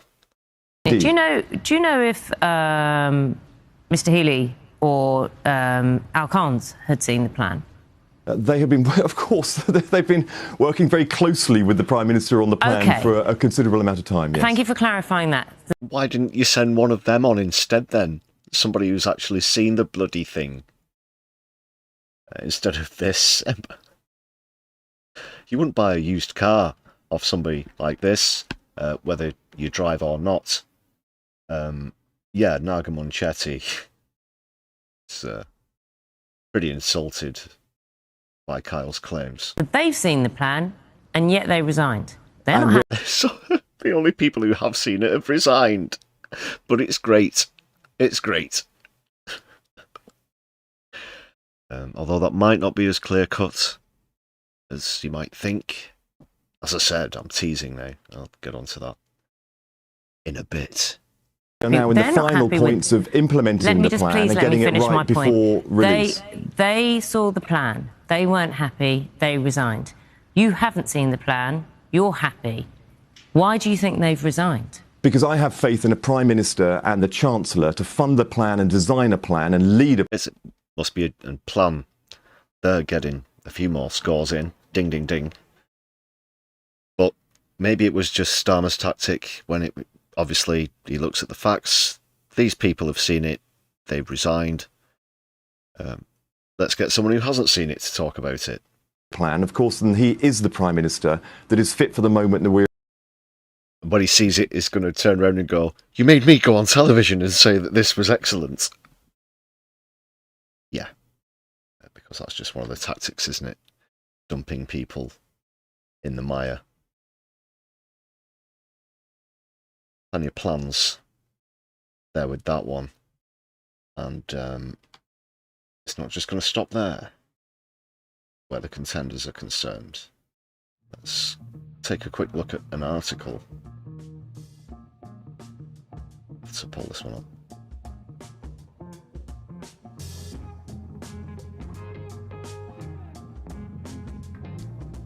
Keith's trying to bounce back from these resignations, and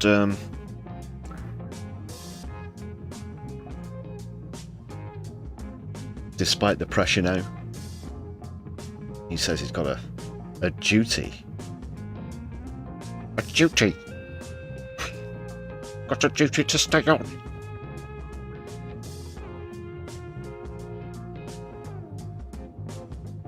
Now, first of all, clearly I'm not one of the people sitting foaming at the mouth saying that we need to spend more on wars all across the world and feed private defence contractors and all of their intentions, if you want to put it that way.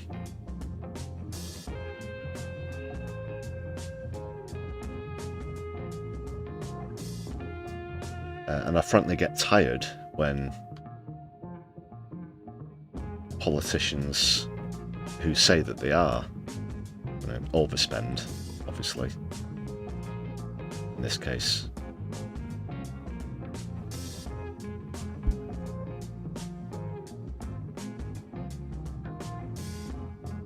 Sorry, a bit distracted there.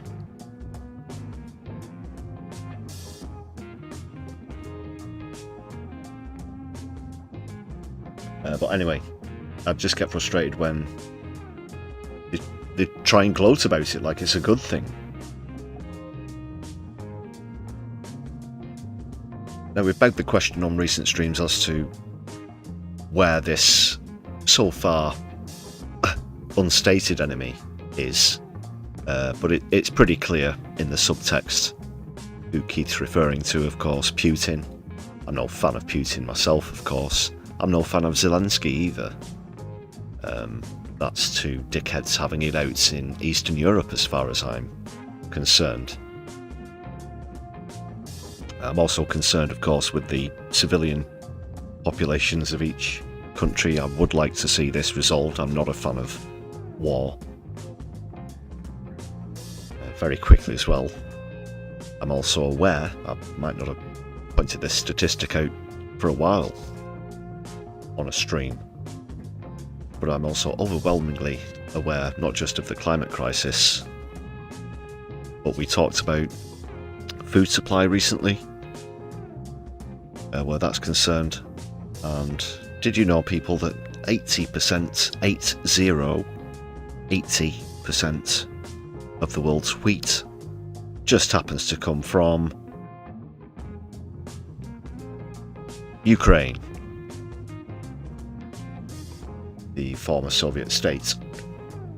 Yes, 80%. People talk a lot about minerals and things like this, but that's also something that I think deserves a bit of attention. Something that my left eye always notices. Very quickly zapping through this article then. So Starmer speaking after two defence ministers quit in a row over funding.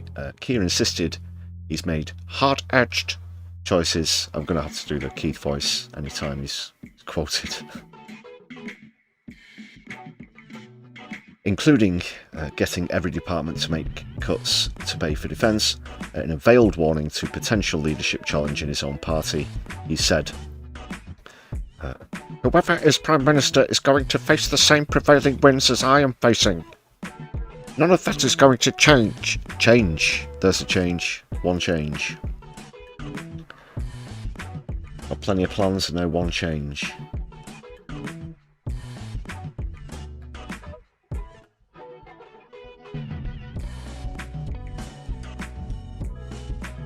So he's just coming out with the, you know, I've got to serve my term because you voted for me. He says it's not about personal vanity or stubbornness, but his deep sense of duty. Don't really buy that, Keith, I've got to be honest.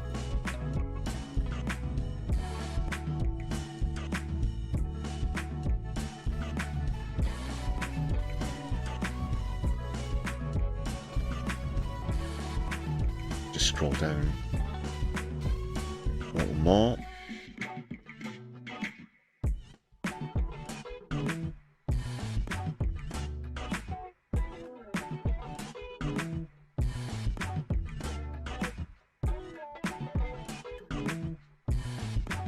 Just who's replacing who here. So that means that Calvin Bailey will be the new Veterans Minister. Angela Eagle, Christ, is now going to be a Security Minister, taking over from Dan Jarvis after he replaced Healy as Defence Secretary.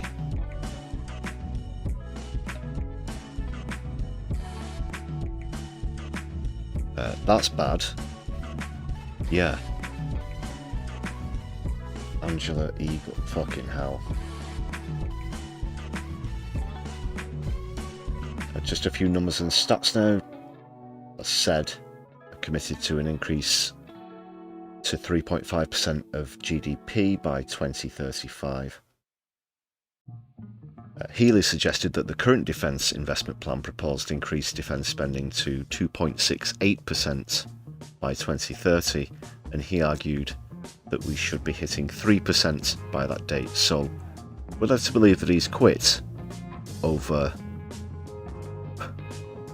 what, 0.32%. Okay.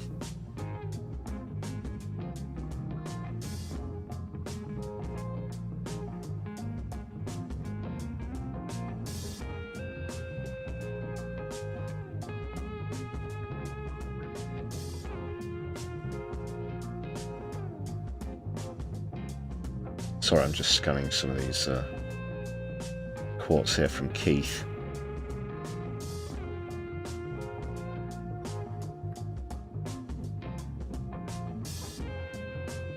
He's called defence the #1 priority, but he's said that about so many other policies, hasn't he?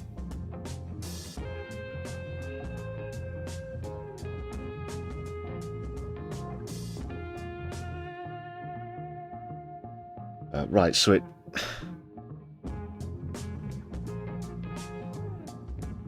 obviously looks as though it's stubborn pig-headedness that he's not resigned.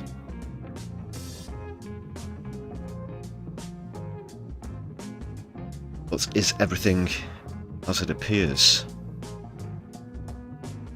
Because I might argue that it isn't, if I'm being perfectly honest. John Healey in particular was noted previously for his loyalty to Keir Starmer. And now that he's stepped down over, what was it, 0.32% of a disagreement in where they should be at by 2030, I think seems a little bit light, that he's gone maybe a little bit easy. So I'll put it to you people, I'll beg the question, would it be out of the realms of possibility that Starmer might have set this up to get Healey to quit? therefore giving the appearance that there's more pressure on him coming from his inner circles or whatnot. However, by then refusing to step down, which he's done before when, you know, Streeting quit, other ministers have gone as well. But he thinks that this will bolster his appearance of invincibility, or try to quell further rebellion by saying, essentially, it doesn't matter how many of you quit, I'm not going to go because of my amazing sense of duty. But out of pure desperation, could he in fact manufacture something like that? As a bit of a inner false flag, as it were, a political false flag, in order to remind other potential challengers. Now, whilst I was skimming through that article, noticed the name Angela Rayner come up. Didn't have time to go through the article on a granular level, but perhaps a warning, yeah, to Streeting, who's already going to be challenging, and Angela Rayner. There'll probably be at least one more contender as well, maybe to put them off. So yeah, do you think, well, I guess A, would Starmer be capable of that? B, would he implement it? C, is that actually what's happening?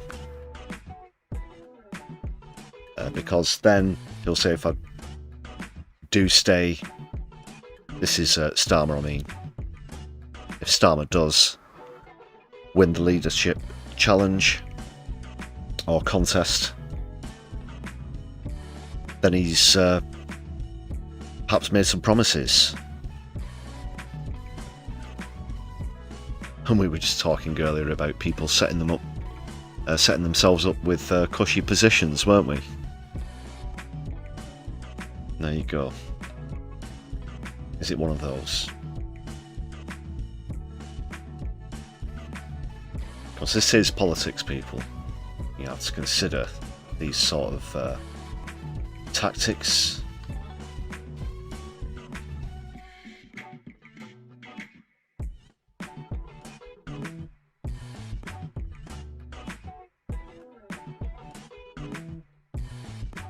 Let me know your thoughts in the chat. But that's all from the recent resignations, or most recent resignations.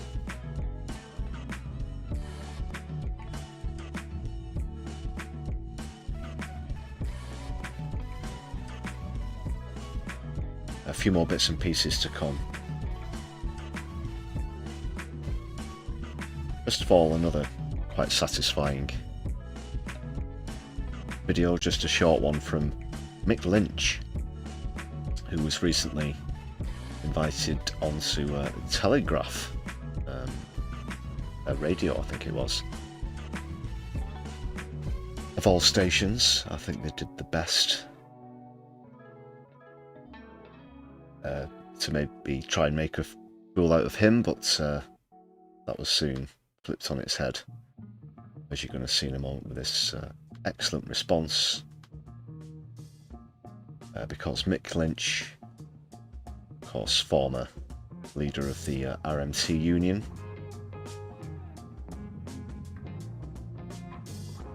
see here, yeah, he's always got his wits about him, hasn't he?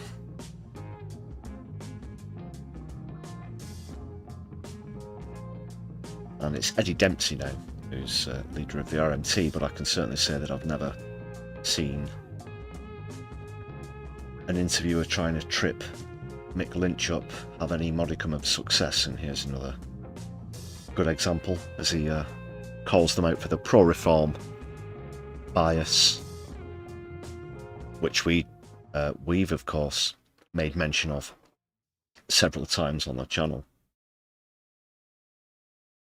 And the mainstream media are very complicit where that's concerned. Let's hear from Mick.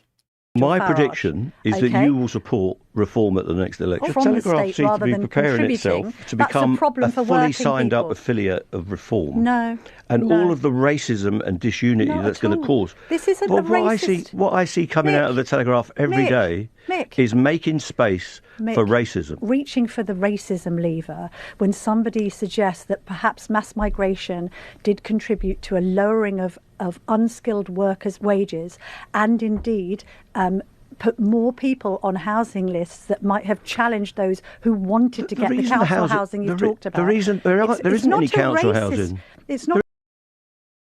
Tomini, is it Tomini? Whatever. She's awful. She really is awful. I've seen quite a few people correcting her, shall we say, on social media recently as well. And she's just your classic Tory graph. Just pure trash. There isn't any council housing. Mick, let me finish. Because Margaret Thatcher sold it all. No, we're not affiliated with Reform. You're on the way to it. Many readers do not support Nigel Farage. Come on now. You take all of the Tory graph, the Daily Fail, the Express headlines over the years, and, you know, migrants pouring in this and swarming this and all, you know, that sort of language. And don't look at these 21 white grooming gang members who were convicted today. No. Look over here. They are responsible for supporting Farage's rhetoric in that way, Farage and Reform, of course. They are responsible, or jointly responsible, as well, for drumming up all of this this culture of fear, this culture of hate that they're trying to feed off as well. And it's a very evil culture as well. It's a very dishonest one as well. The actual facts don't support it.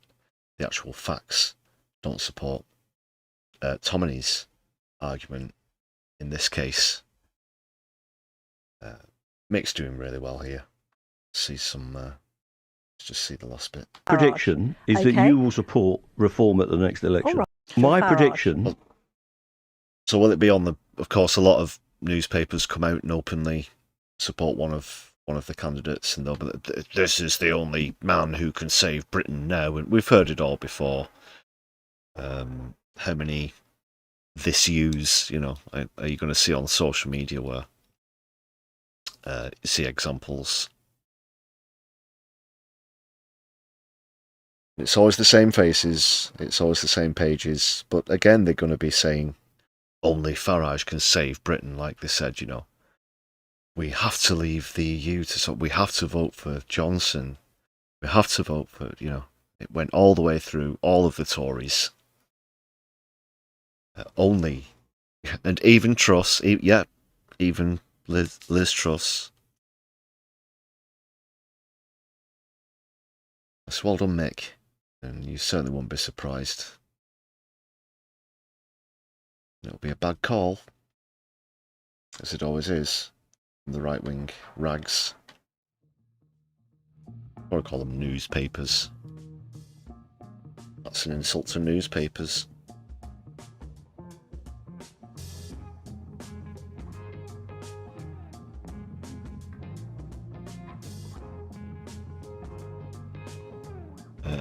Alwedo, yeah, don't worry if you're not entirely sober, just keep it clean, as you are doing. Nice to see you.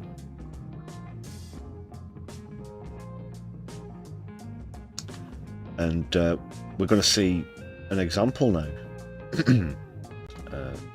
of the kind of thing that this feeds, these shameful acts. This is, of course, following on from what we've seen in Southampton and then Belfast more recently. I've already shared my thoughts on those two incidents, but this time it's now spread to the northwest. Unfortunately, I'm ashamed to say, here in Greater Manchester, just 2 towns away from Manchester, I want to put it that way.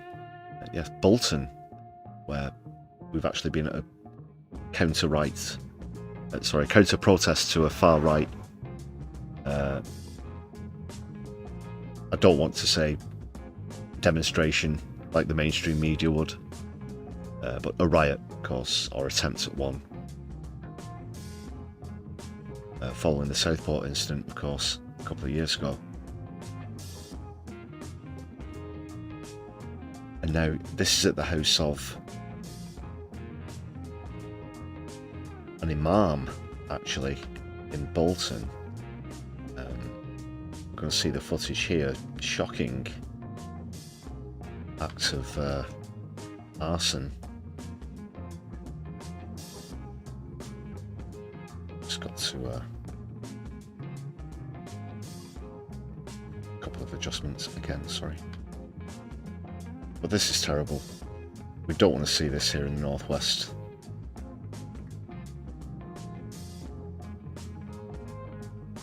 It was covered by Channel 4. Let's see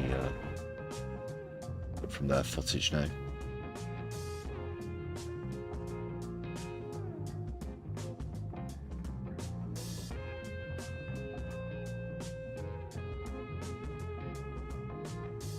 Was the outrage from the Furage as he condemned this? Let's see what's happening. For information after a suspected arson attack on the home of an imam in Bolton last night. Footage shows a masked man throwing a lit object through a front window. The Patel family... The front window of a house in a residential community. He was safely evacuated by... What sort of a psychopath does that? Regardless of, politics aside, you can say again. But who does that? Pure thuggery. Emergency services, and no one was injured. Police said they believe the incident was targeted and are investigating. In a statement, Hassan Patel said the attack has caused significant damage to our house and emotional distress to our family, including our children. And again, if these aren't pogroms, then what are they? What are they? We saw those appalling scenes in Belfast. We saw those appalling scenes in Southampton and Southport before them. Now Bolton. How far is it going to go? Has anything come up in the local news where you are? If you're in the UK, let us know in the chat.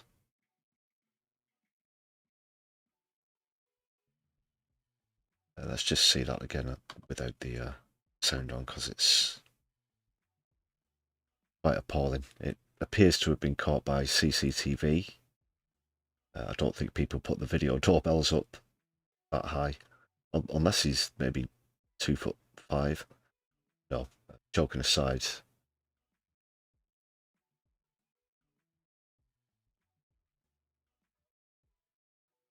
Yeah, so he just sets a small fire, uses the aerosol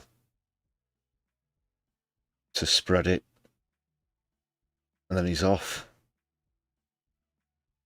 Let's hope that the police are conducting a thorough investigation into that one. Shocking. We don't want to see that in the Northwest or anywhere else in the country, or anywhere in the world. Let's be honest, because we're all one people. Bilderberg, good evening to you. Thanks for joining us in chat. Yora Gibson's also here. Solidari-Tea, please do hit thumbs up if you just join us on stream.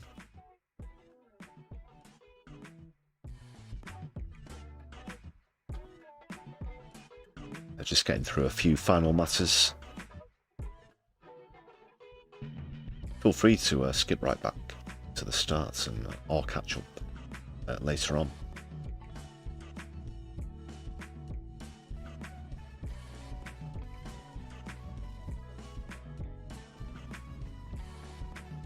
So yes, next, this has been a big story in the news today. What can you say? I'll tell you what I'll say about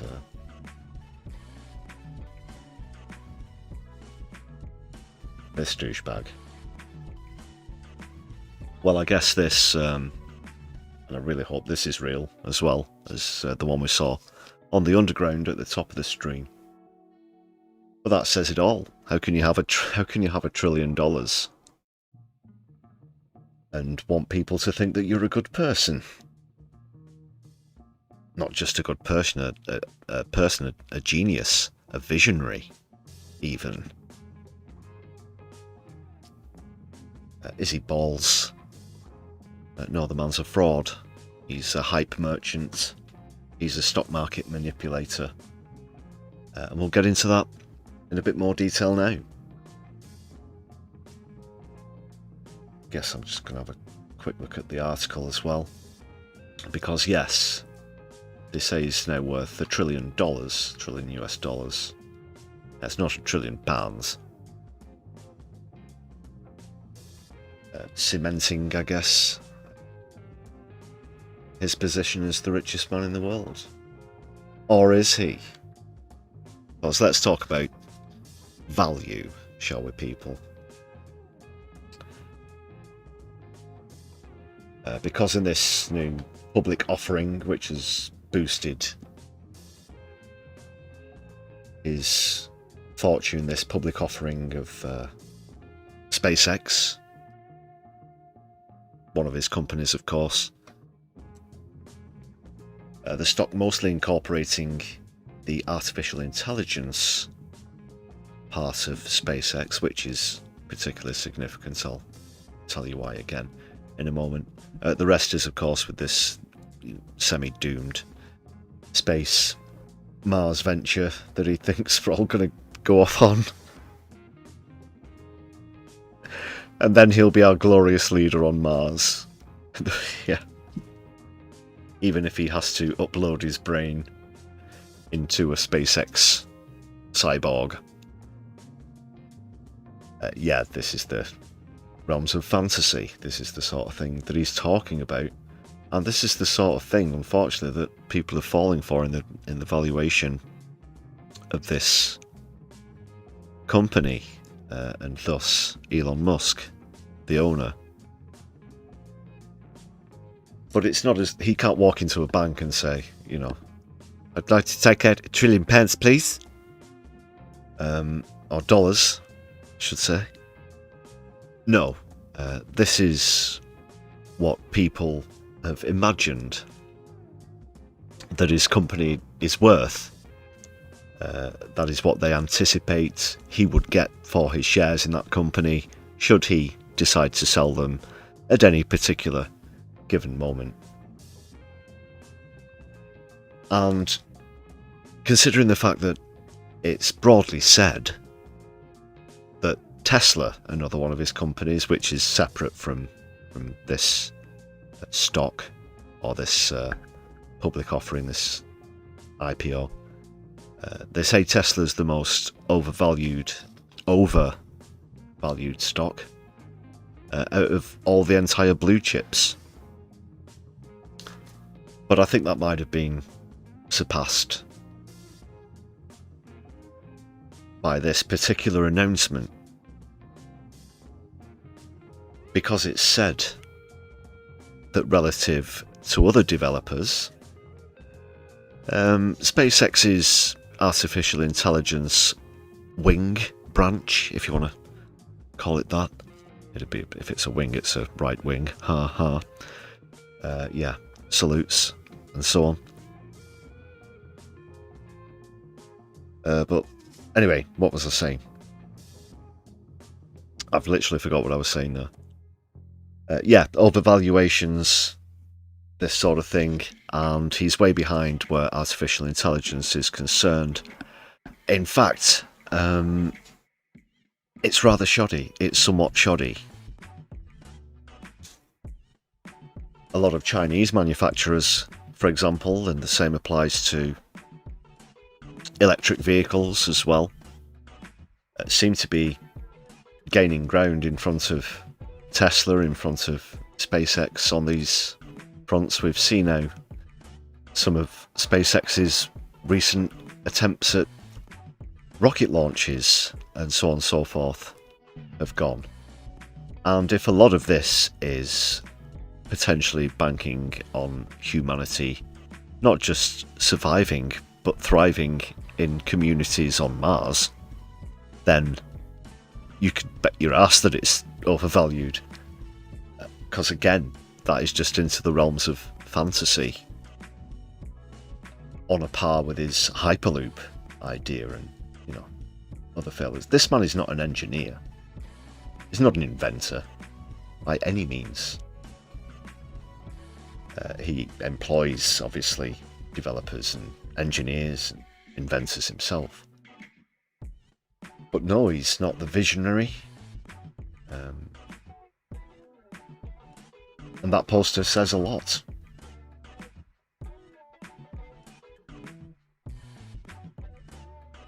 So a lot of people have been duped into paying money for these, what I would consider... By the way, this channel doesn't offer official financial advice or anything. I'm just stating my public opinion on this one. Yeah. I think I had to do that for sort of legal reasons and whatnot. But as far as I'm concerned, I think he's fished a lot of people in with this one. Reeled in. Sorry, just update the chat there. It does lag sometimes.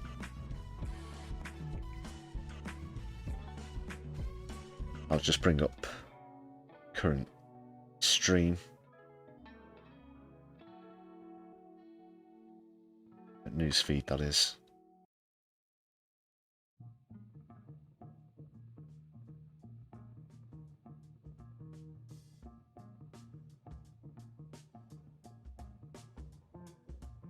Some sort of gathering in Times Square, where everybody's excited to get ripped off.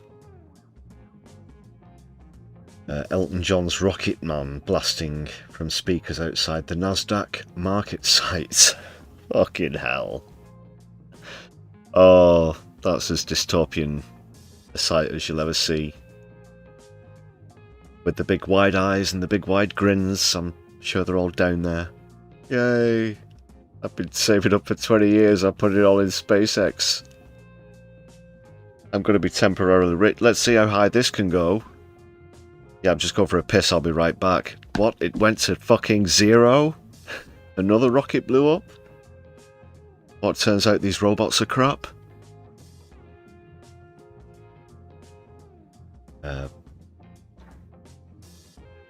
Nonetheless, it is going to increase his wealth. On paper is the fundamental factor that you have to add to this wealth. On paper. It's not in anything physical, you know what I mean? Not like he's got $1 trillion worth of gold, or, like I said earlier, in cash currency, swimming around in it, you know, or jumping around on it like the friggin' Joker in The Dark Knight or something. A dark day for global democracy, says the chief of Oxfam. Let's see what their concerns are. Amid the excitement about the SpaceX initial public offering and Elon Musk's new status as the world's first trillionaire, air quotes, trillionaire, there's been some controversy over the scale of his wealth in comparison to levels of global wealth inequality, yeah. The number 4 coming up a couple of times here, just in the UK, 4 million children in poverty, and of course, 4 billion dead. A massive slogan and campaign that's happening at the moment. These are the kind of numbers that we're looking at in the present and future. So according to Oxfam, Musk's wealth now exceeds that of the poorest 3.8 billion people in the world. That's 46% of the global population. Just by himself. Hitting the $1 trillion means Musk's wealth grew by over 550 billion in the last year. Again on paper, equivalent to an average rate of over $1 million a minute. Sickening numbers. Sickening. And there'll still, you know, chumps out there Yeah, bro. Woo! Yeah! Yeah! Well, they're down there at Times Square. I'm gonna put it all on SpaceX. Have you invested in anything before? Yeah. Enron, and I got a portfolio of Bitcoin.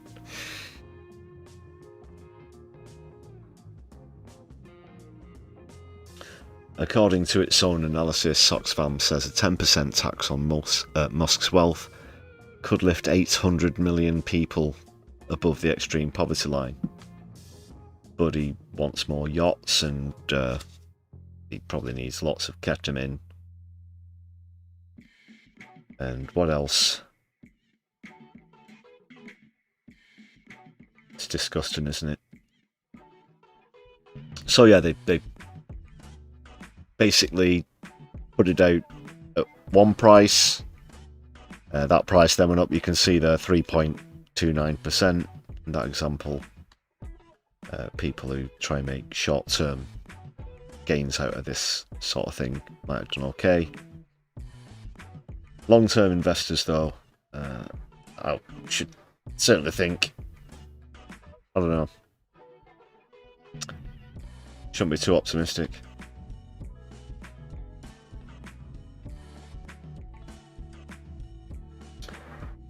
So where are they getting this money from? These other investors, of course, people who already have large amounts of money invested elsewhere, not just people who he's conning from the, well, they call it the middle class in America, don't they, of course, but with this now being public, anyone can invest, or potentially not. It's a gamble, it's just gambling, isn't it?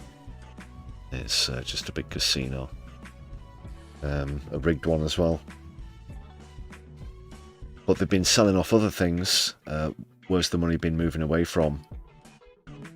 Amazon, Apple, Meta, Microsoft, and even Tesla. Out the frying pan into the fire. What? There's a worse one? What are you all, masochists or something? Again, this is not official financial advice.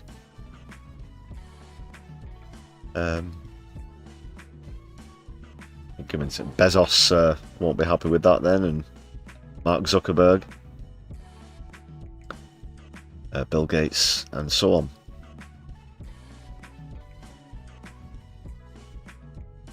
Financial analysts use the term Magnificent Seven as a reference to Alphabet, the owner of Google. The companies I just mentioned, Nvidia, as well. Surprised Nvidia, well, yeah, big, yeah.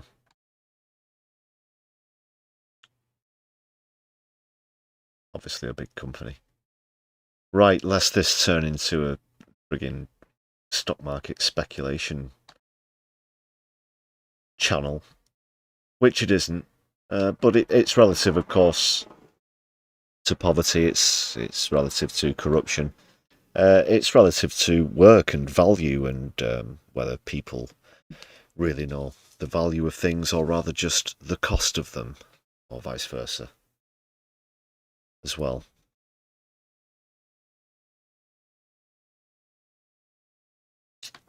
The funk stop, Bill. Oh.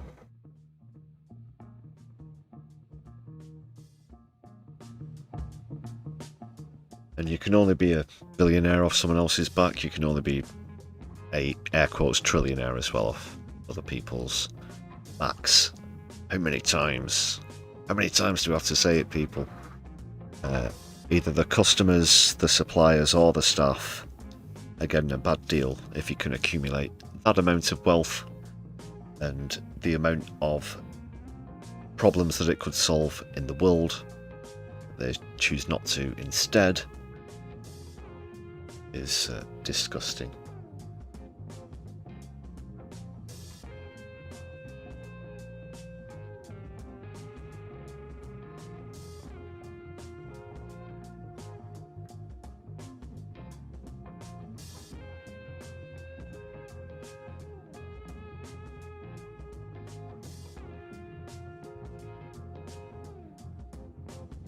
Right, I think I've pretty much thrown my overall view about that. I don't want to get too much into the nittiest of the grittiest.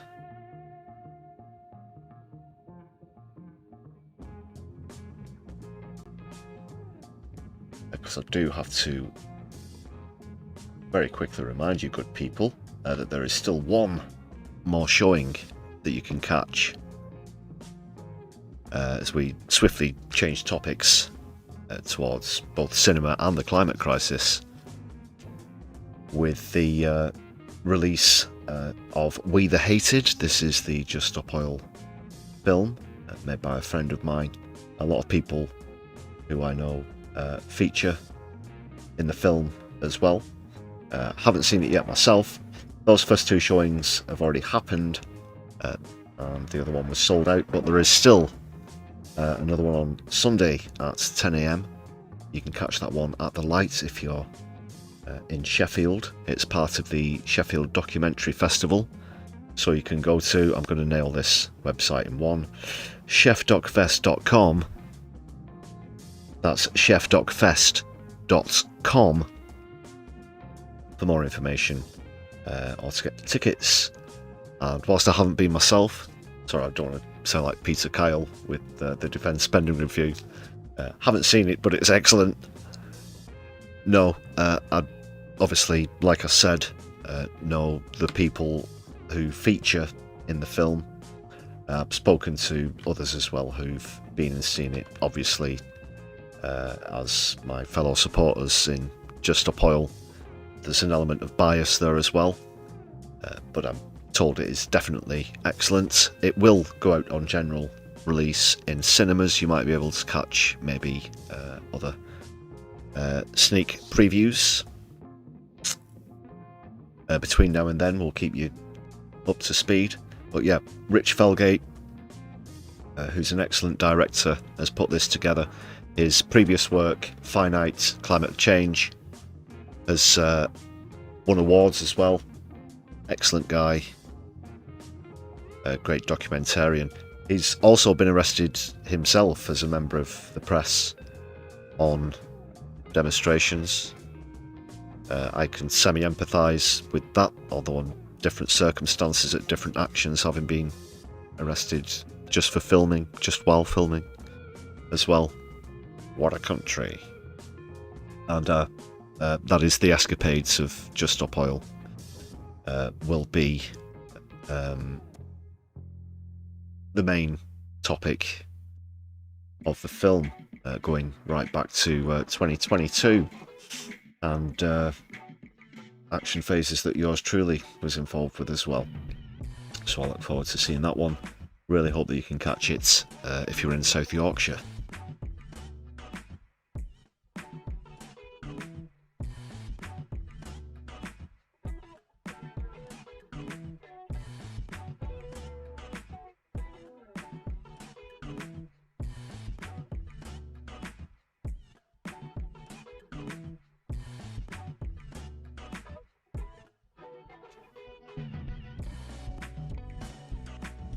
Shout out time for our members. Forgive me, Hedy, I did not update the membership total when you gifted earlier, so that would take us to 113, wouldn't it? Thank you very much again for that contribution. Thanks for all of your contributions recently, gifted memberships, so on and so forth. It is just 99 pence if you want to become a member yourself. Check out the perks by hitting the join button. Don't forget to hit all of the relative other buttons as well to show support. Thumbs up on this stream. Gift us some hype points if you'd be so kind as to open one of our recent non-live stream videos on a mobile device. After you hit thumbs up, it'll say, do you want to give some hype points as well? And you say, absolutely. Thank you very much.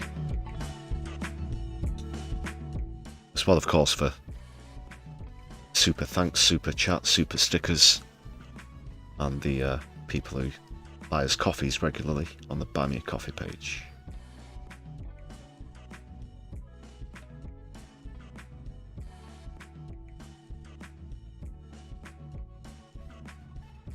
stick around, people. I will be diving off myself quite shortly, but we'll be raiding into some other fellow socialists. And I'm getting quite near the end now of this analysis.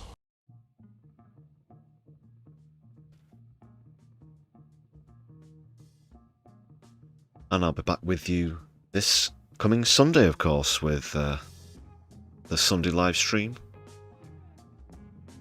Imaginatively titled. Yeah, this Socialist Sunday. But, well...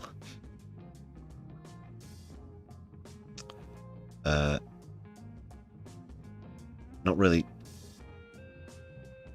anybody about live proper, so I'll just be taking you into the Al Jazeera News channel straight after.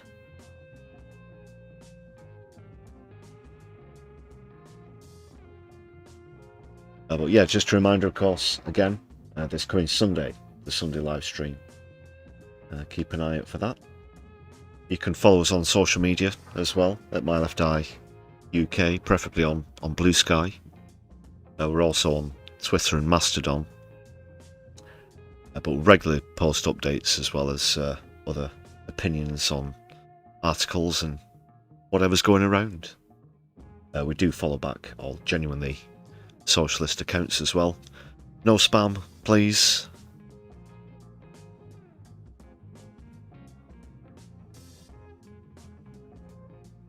And there endeth the plugs.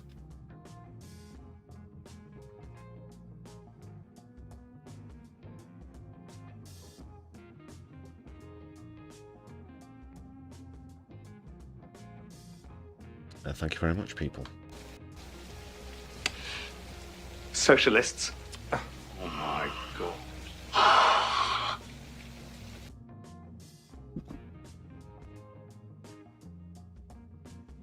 Thanks for all of your contributions in the chat as well. Unfortunately, I had to put a couple of people on snooze. I think I gave them fair warning prior to that. Yeah, but, well, happy that they've boosted the watch time for the stream, at least anyway. Aaron, nice to see you in chat. Hope you're well this eve. Yeah, I'll be seeing you soon. You have a good night as well. Hope you all, well, it's the morning now, I guess, here in the UK. But have a great weekend. I'll be catching up with you towards the back end of the weekend. I've been your humble host, Lefty. This has been the Brews at 10 on My Left Eye. Power to the people, free Palestine, Lebanon, Sudan and Yemen. Don't let the bastards grind you down. My Left Eye, I'll be seeing you soon. Good night, Solidari-Tea.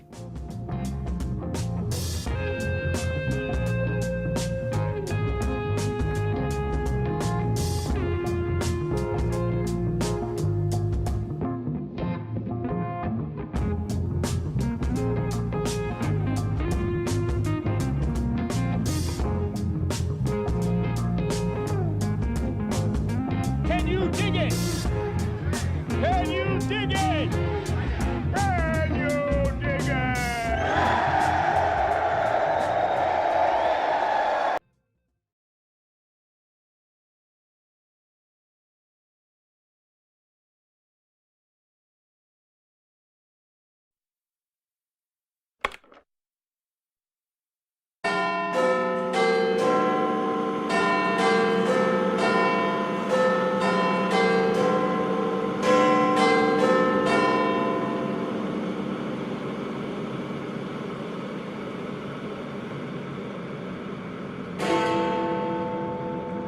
$300k I will take it to Sky. If Raquel Walsh doesn't want to stay in a Trust House 40, he'll stick her in a youth hostel, see if she likes that.